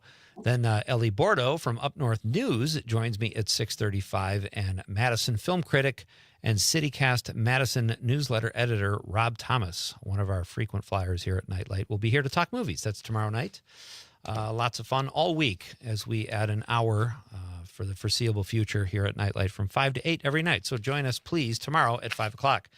Our question of the night, you still have a few minutes to get an answer in. What is your favorite dairy product? It is National Butter Day, folks. That's right. Butter has its own day, and well-deserved, if you ask me. So we will get to some more of your texts in just a few minutes. Right now, joining me over the stream is Lindsay Fry. She is on the stream from St. Croix Falls, and she is the marketing director and a very talented actress from the Festival Theater. So it is great to have Lindsay here. Lindsay, how are you doing? You hanging with us okay? I am. Can we get you something, a water, some type of, do you smoke? No, Okay. I'm great. So you're an actress. You're doing all the marketing there at Festival. Tell us about this great new show. It's a classic, or at least based on a classic. Tell us about the show coming up on November 28th. Yeah, so our holiday show is Frosty, a musical adventure. It's loosely based off of the classic story Frosty the Snowman. It's written by Catherine Bush and Dax Dupuis, and they're very talented. You should check out their work. But Frosty follows the story of a young orphan, Billy, who runs away from home to New York City to build the best snowman ever. And along the way, he meets several characters and discovers a magic hat that brings Frosty to life. And they kind of go on this big adventure around New York City and discover the true meaning of Christmas. That sounds like a different Frosty. I love it. Yeah, so it takes a lot of the kind of classical tropes that you've seen in Frosty, but it's more of a modern version. And one thing I really love about this show is it's for all ages. It's family friendly, but there's also some heart to it. There's the themes are, you know, Billy is in foster care, and it kind of taps into some each character's like struggles around the holidays too. It doesn't just kind of brush over a lot of things, but at the same time, it's family friendly, it's fun, it's audience interactive, it's a musical. Yeah, that's so great. Is this a new musical, or has this been around for a while? Musical a couple years ago when I was on tour with the Barter Theater. I was performing in this show, and we took it down to Florida and up to New Hampshire, all over the East Coast. And it's I just fell in love with this show. It's and then when I started working at Festival Theater, we get to pick our season, and it's kind of difficult to find holiday shows that are new or different, or not just the standard 5 holiday shows that everyone does. So I pitched this show as being something kind of different. So Catherine Bush is the residential playwright at the Barter Theater, and she writes a lot of shows for them, but you can also purchase rights to do them elsewhere. So I'm really excited to bring this show to festival as the director of this show, and I also got to perform in it at another theater. So wait, you're directing this show? I am. I didn't know that. Oh, that's exciting. So what do you like better? You're an actress and a director. What's more exciting for you in terms of creative outlet there? I think I'm definitely an actor through and through, but I'm kind of dabbling my toes in the directing waters as well. This is my first year directing shows. I did our spring show, which was a youth show of The Lion, the Witch, and the Wardrobe, and just really loved it. And this is my first show with professional actors. That's exciting. Are you in the show as an actor? No, I'm just directing. Okay. That would be a lot. Would be a lot. Well, that's exciting. So does Frosty encounter like rude New Yorkers? Is this a whole new world to Frosty? It's so sweet and simple in the cartoon, the holiday classic. Do you get any New York attitude in this show? There's a little bit, yeah, that you definitely meet a bunch of different characters. But I think the beautiful thing about Frosty is that he sees the good in everyone. Yeah. And there is like a unifying factor about that, when Frosty comes on stage, the characters just find a more sense of community and love that I think is a really beautiful theme. Absolutely. Around the holidays. That's excellent. All right. So my guest is Lindsay Fry. She is the marketing director. She's also an actress, and she's directing this new show called Frosty, a Musical Adventure at the Festival Theater in St. Croix Falls, Wisconsin. The show starts November 28th and runs through December 21st. How can people get tickets, Lindsay, if they're in your area or just want a road trip to St. Croix Falls? Yeah, our website is festivaltheater.org.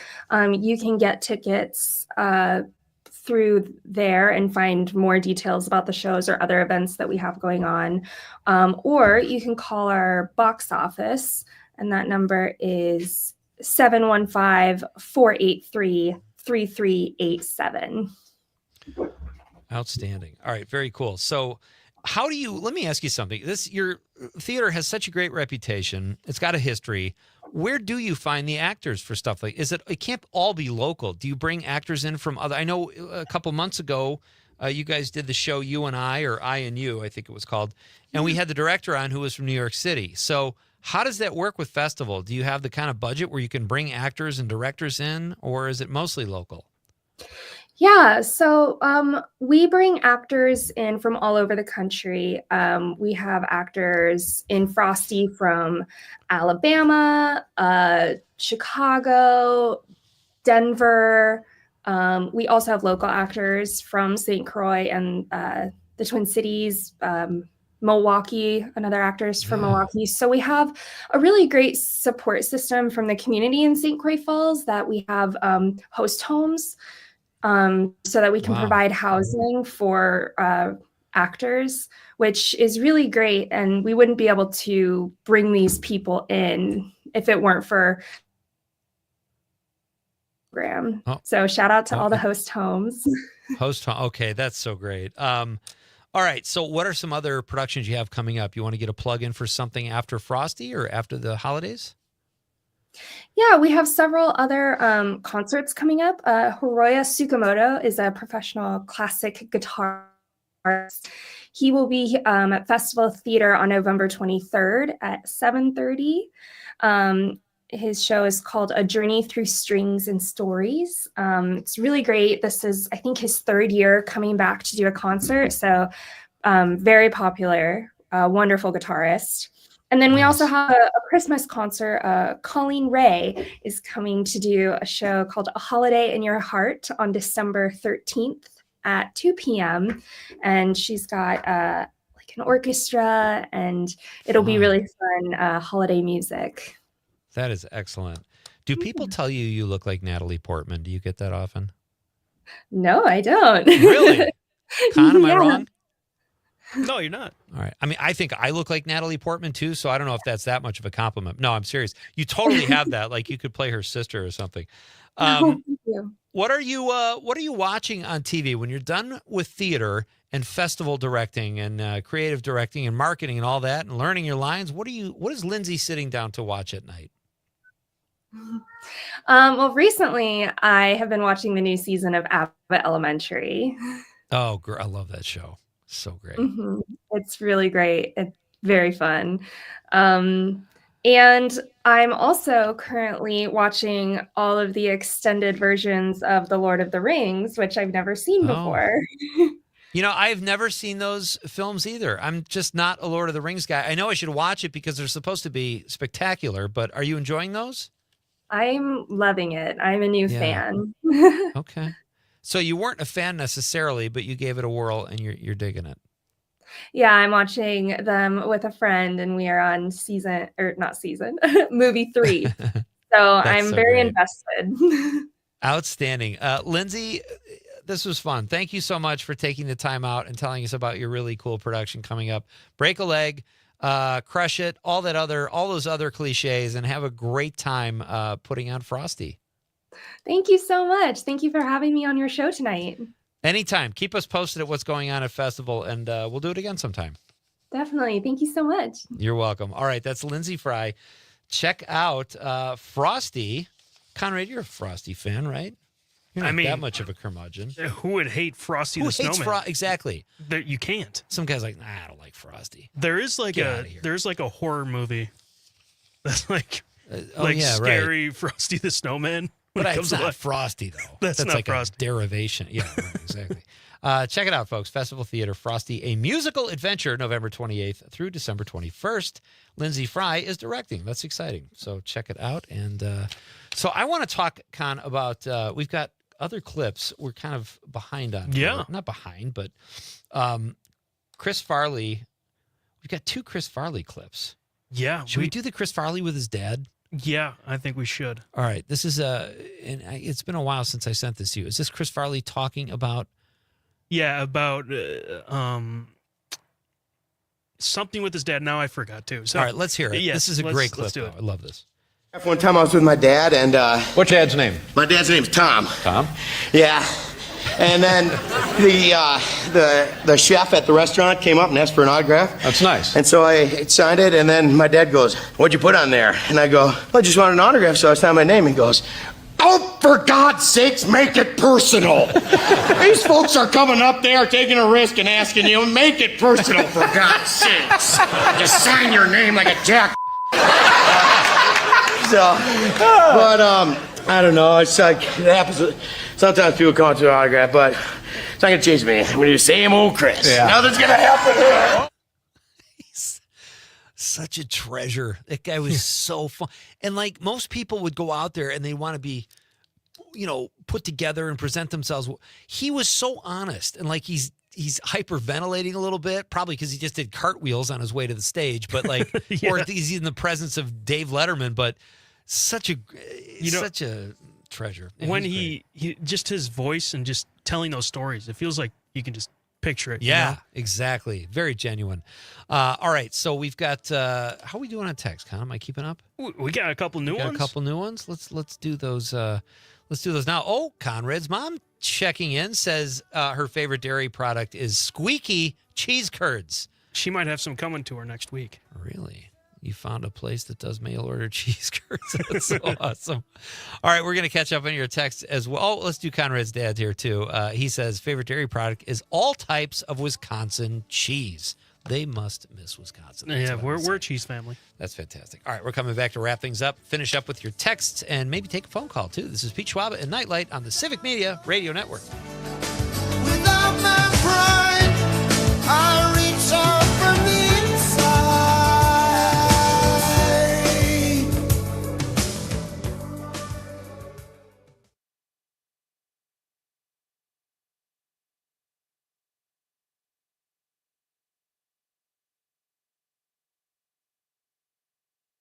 Appleton Cigar Company on College Avenue has been serving the community for over 25 years. If you are a cigar aficionado looking for a one-of-a-kind experience, you need to check out Appleton Cigar, which boasts the largest selection of cigars north of Milwaukee with over 706 cigars to choose from in a walk-in humidor. The Cigar Lounge offers an impressive variety of spirits and cocktails that pair perfectly with a premium cigar. For the full experience, come to Appleton Cigar at 415 College Ave, Monday through Saturday, 11:30 a.m. to 10:30 p.m. For more information, go to appletoncigar.com. Hey, it's Amanda, and we all know that Northeast Wisconsin has some of the best events around, but trying to find them all can be tricky. So here at WGBW, we decided to do the work for you. Prevent boredom on any night by going to WGBW.fm and click events in the top right corner. You'll never have to spend forever scrolling to find out what's going on in your area. And if you got an event to share, hit us up by emailing info@WGBW.fm, bringing you local news and timeless hits while giving you the 411 on what's happening in New Wisco.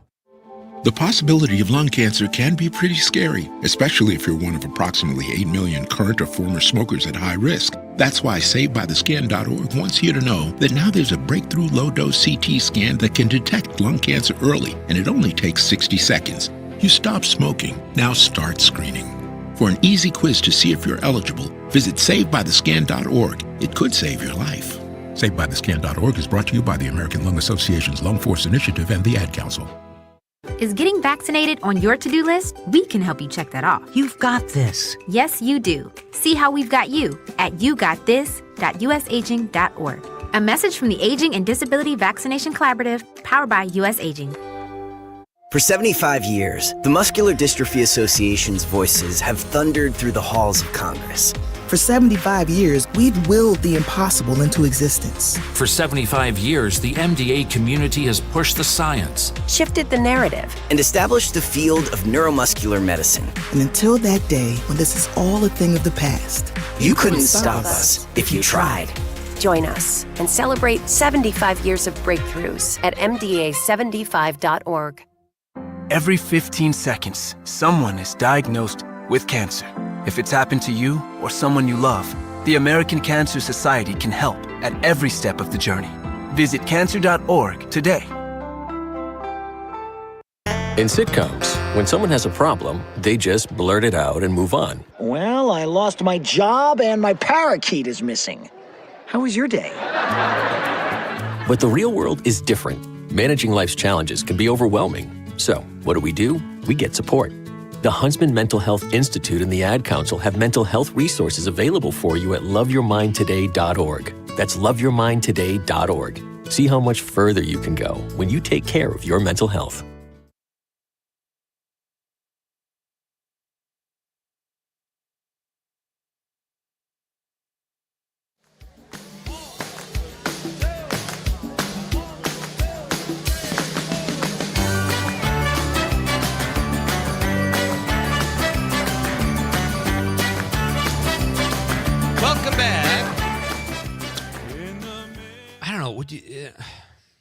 Would you say this time flew by, Conrad? Yeah, I think so. I think it did. We just stretched out a little bit and we're fine. I think we could do a 12-hour show if we had to. What like are those? Marathon or something? A telethon? Telethon. That's the, you remember when Joey did it? Yeah. We could have the Doctors in Recital in for 12 hours and have them sing every hour. It's so much fun tonight, folks. Thank you to all my guests, Jimmy Kuska, the Doctors in Recital, Kim Shevchik, Paul and Chris Piat. Always fun having those guys here, and Lindsay Fry from the Festival Theater in St. Croix Falls. And thank you for all your texts and calls. We've got a few more to go here. Tony the Trucker says, yes, Pete, your musical guests are outstanding and would love to see them live. It is totally worth it, Tony. They are uber talented. John Murray from Madison in the 608 says, evening, gents. Great show as usual. Chocolate ice cream beats all for me. I like the versatility of sour cream, too, like the nice lady you spoke to earlier. Thank you, John. Good to hear from you, buddy. John's better half, Melissa, says, cream puffs with an exclamation point. Nobody said cream puffs. That's a great one. I don't really even like cream puffs. Are you trying to start a fight with Melissa? I don't think that's really fair. Jim from Appleton says, Pete, I have to go with butter for my favorite dairy. Same, Jim. I knew it. Samesies. It's just so versatile. Without it, you can't make a cake, cookies, pie, or chicken Kiev. Chicken Kiev. That's great. Bridget from the 818 says, plain Greek yogurt. You can add anything to it. Granola. Granola, yes. Mhm. And fruit. Awesome, Bridget. Thank you. Steve, we already read your dad's. And then we've got Steady Eddie. Yep. Yes. And the 608 says, Pete, I dream of ice cream, but butter is better on my baked potato. I don't know. I could see some ice cream on a baked potato. Some Redskins, maybe. We've got some social media text to get to, too. But first, let's take a phone call. We got Ollie? Yes, we Is do. Ollie with us? Ollie, how are you? Hi. I have a lot of them that are my favorites. Lay it on but us. I'll lay it real quick. Okay. My very favorite thing in the world is rummegrut, which is a Scandinavian kind of porridge-like thing, but it's really more like gravy. But Interesting. it's made with the heavy cream, or it can be sour cream and milk. Okay. And then flour, and made like a gravy, and then it's served hot with lots of butter and sugar and cinnamon, and it's delicious. Wow. That used to be our end of the month thing when Mom and Dad ran out of money in groceries. We almost always had milk, so Mom would make that. What So a great that's memory. favorite. That's cool. I've never heard of that before. That's great, Ollie. Yeah, you'll have to try it. I think they serve that at what's that Norwegian place? I can't think of a restaurant. Norske Nook. Oh, I think they serve rummegrut at Norske Nook. Nurmagrid. Okay. Also, I think I was going to say some butter and blue cheese on a hard roll. Ooh, that's interesting. It's delicious. Yeah. We got that when we lived in Paris. And oh, wow. the last thing I'll say is cream cheese, because you can do so many things with cream cheese. Make cheesecake, or Mom used to make we still do make a cheese like dip where it's actually just cream cheese and green olives, and then you soften it with a little bit of the olive juice and serve that in celery, stuffed celery. Oh, wow. Oh, yeah, or sure. a cream cheese ball, too. There you go. It also is not bad on the occasional sandwich cream cheese can work on. That's And you know what? yeah. It's actually not bad on your finger, because that's what my sister and her kids call it, finger food. Just make sure they wash their hands first. Yeah. Ollie, thank you so much. Have a great night. Thanks as always. Okay. All right. Good enough. Bye-bye. That's hilarious. Nobody said sour or cream cheese. That's the first cream cheese we got tonight. Yeah. That's a good one. It's not really cheese, though, is it? There's got to be cheese in there. There's definitely dairy. I don't know. Yeah. And if it's old milk, it's cheese. Rich Lacasio, our pal from from WRJN, and my favorite wrestling announcer, says Breyer's Carb Smart Chocolate Peanut Butter Ice Cream. Locally, I will certainly indulge in some Wisconsin squeaky cheese curds. Yum, all in caps. Thank you, Rich. Great stuff. Amanda Nimmer from here at WGBW, one of the producers of Night Light, we just found out, and our social media guru, says the clear answer is cheese. Specifically, Conrad, help me, Belgioioso. That she spelled that right? I don't know. Here's how I'll say it. Specifically, gold cheese. Thank you, Amanda. Mike Desatel says, ice cream. You want to fight about it? I most certainly do not, Mike. And I agree with you. I can't believe I didn't say ice cream. Ice cream's so good. I'm surprised I didn't either. But chocolate milk, it's just, Pour a little chocolate milk in your ice cream. That's true. Trig Rude from Marinette, representing Mike and Trig, both from Marinette. Trig says, Pleasant Ridge Reserve Cheese from Upland Cheese in Dodgeville, Wisconsin. Wow. Great answers, everybody. Thanks so much for participating in tonight's Nightlight question of the night. We will be back tomorrow night, right? At 5. At 5. At 5. An hour early. We'll cover some local stuff, too, in that first hour before we delve into the entertainment stuff. Although Frank Hermans will be here, and he is a force. He'll be here at 5:35. I think we got to stretch out tomorrow. We'll stretch out, definitely. Frank will be here performing live. Ellie Bordeaux from Up North News. Love Up North News. And Madison film critic, one of our favorites, Rob Thomas, will be here to talk movies. That's tomorrow night on another 3-hour edition of Nightlight. Great to have you with me tonight, folks. Thanks so much. On behalf of the lovable producer Conrad, I'm Pete Schwaba saying good night, Wisconsin. I don't know. I doubt it. Subterranean by design. I wonder what I would find if I met you. Let my eyes caress you until I meet the thought of Mrs. Princess who often wonder what makes her work. I guess I'll leave that question to the experts. Assuming that there are some out there, they're probably alone, solitaire. I can remember when I caught up with a pastime intimate friend. She said, but you're probably gonna say I look lovely, but you probably don't think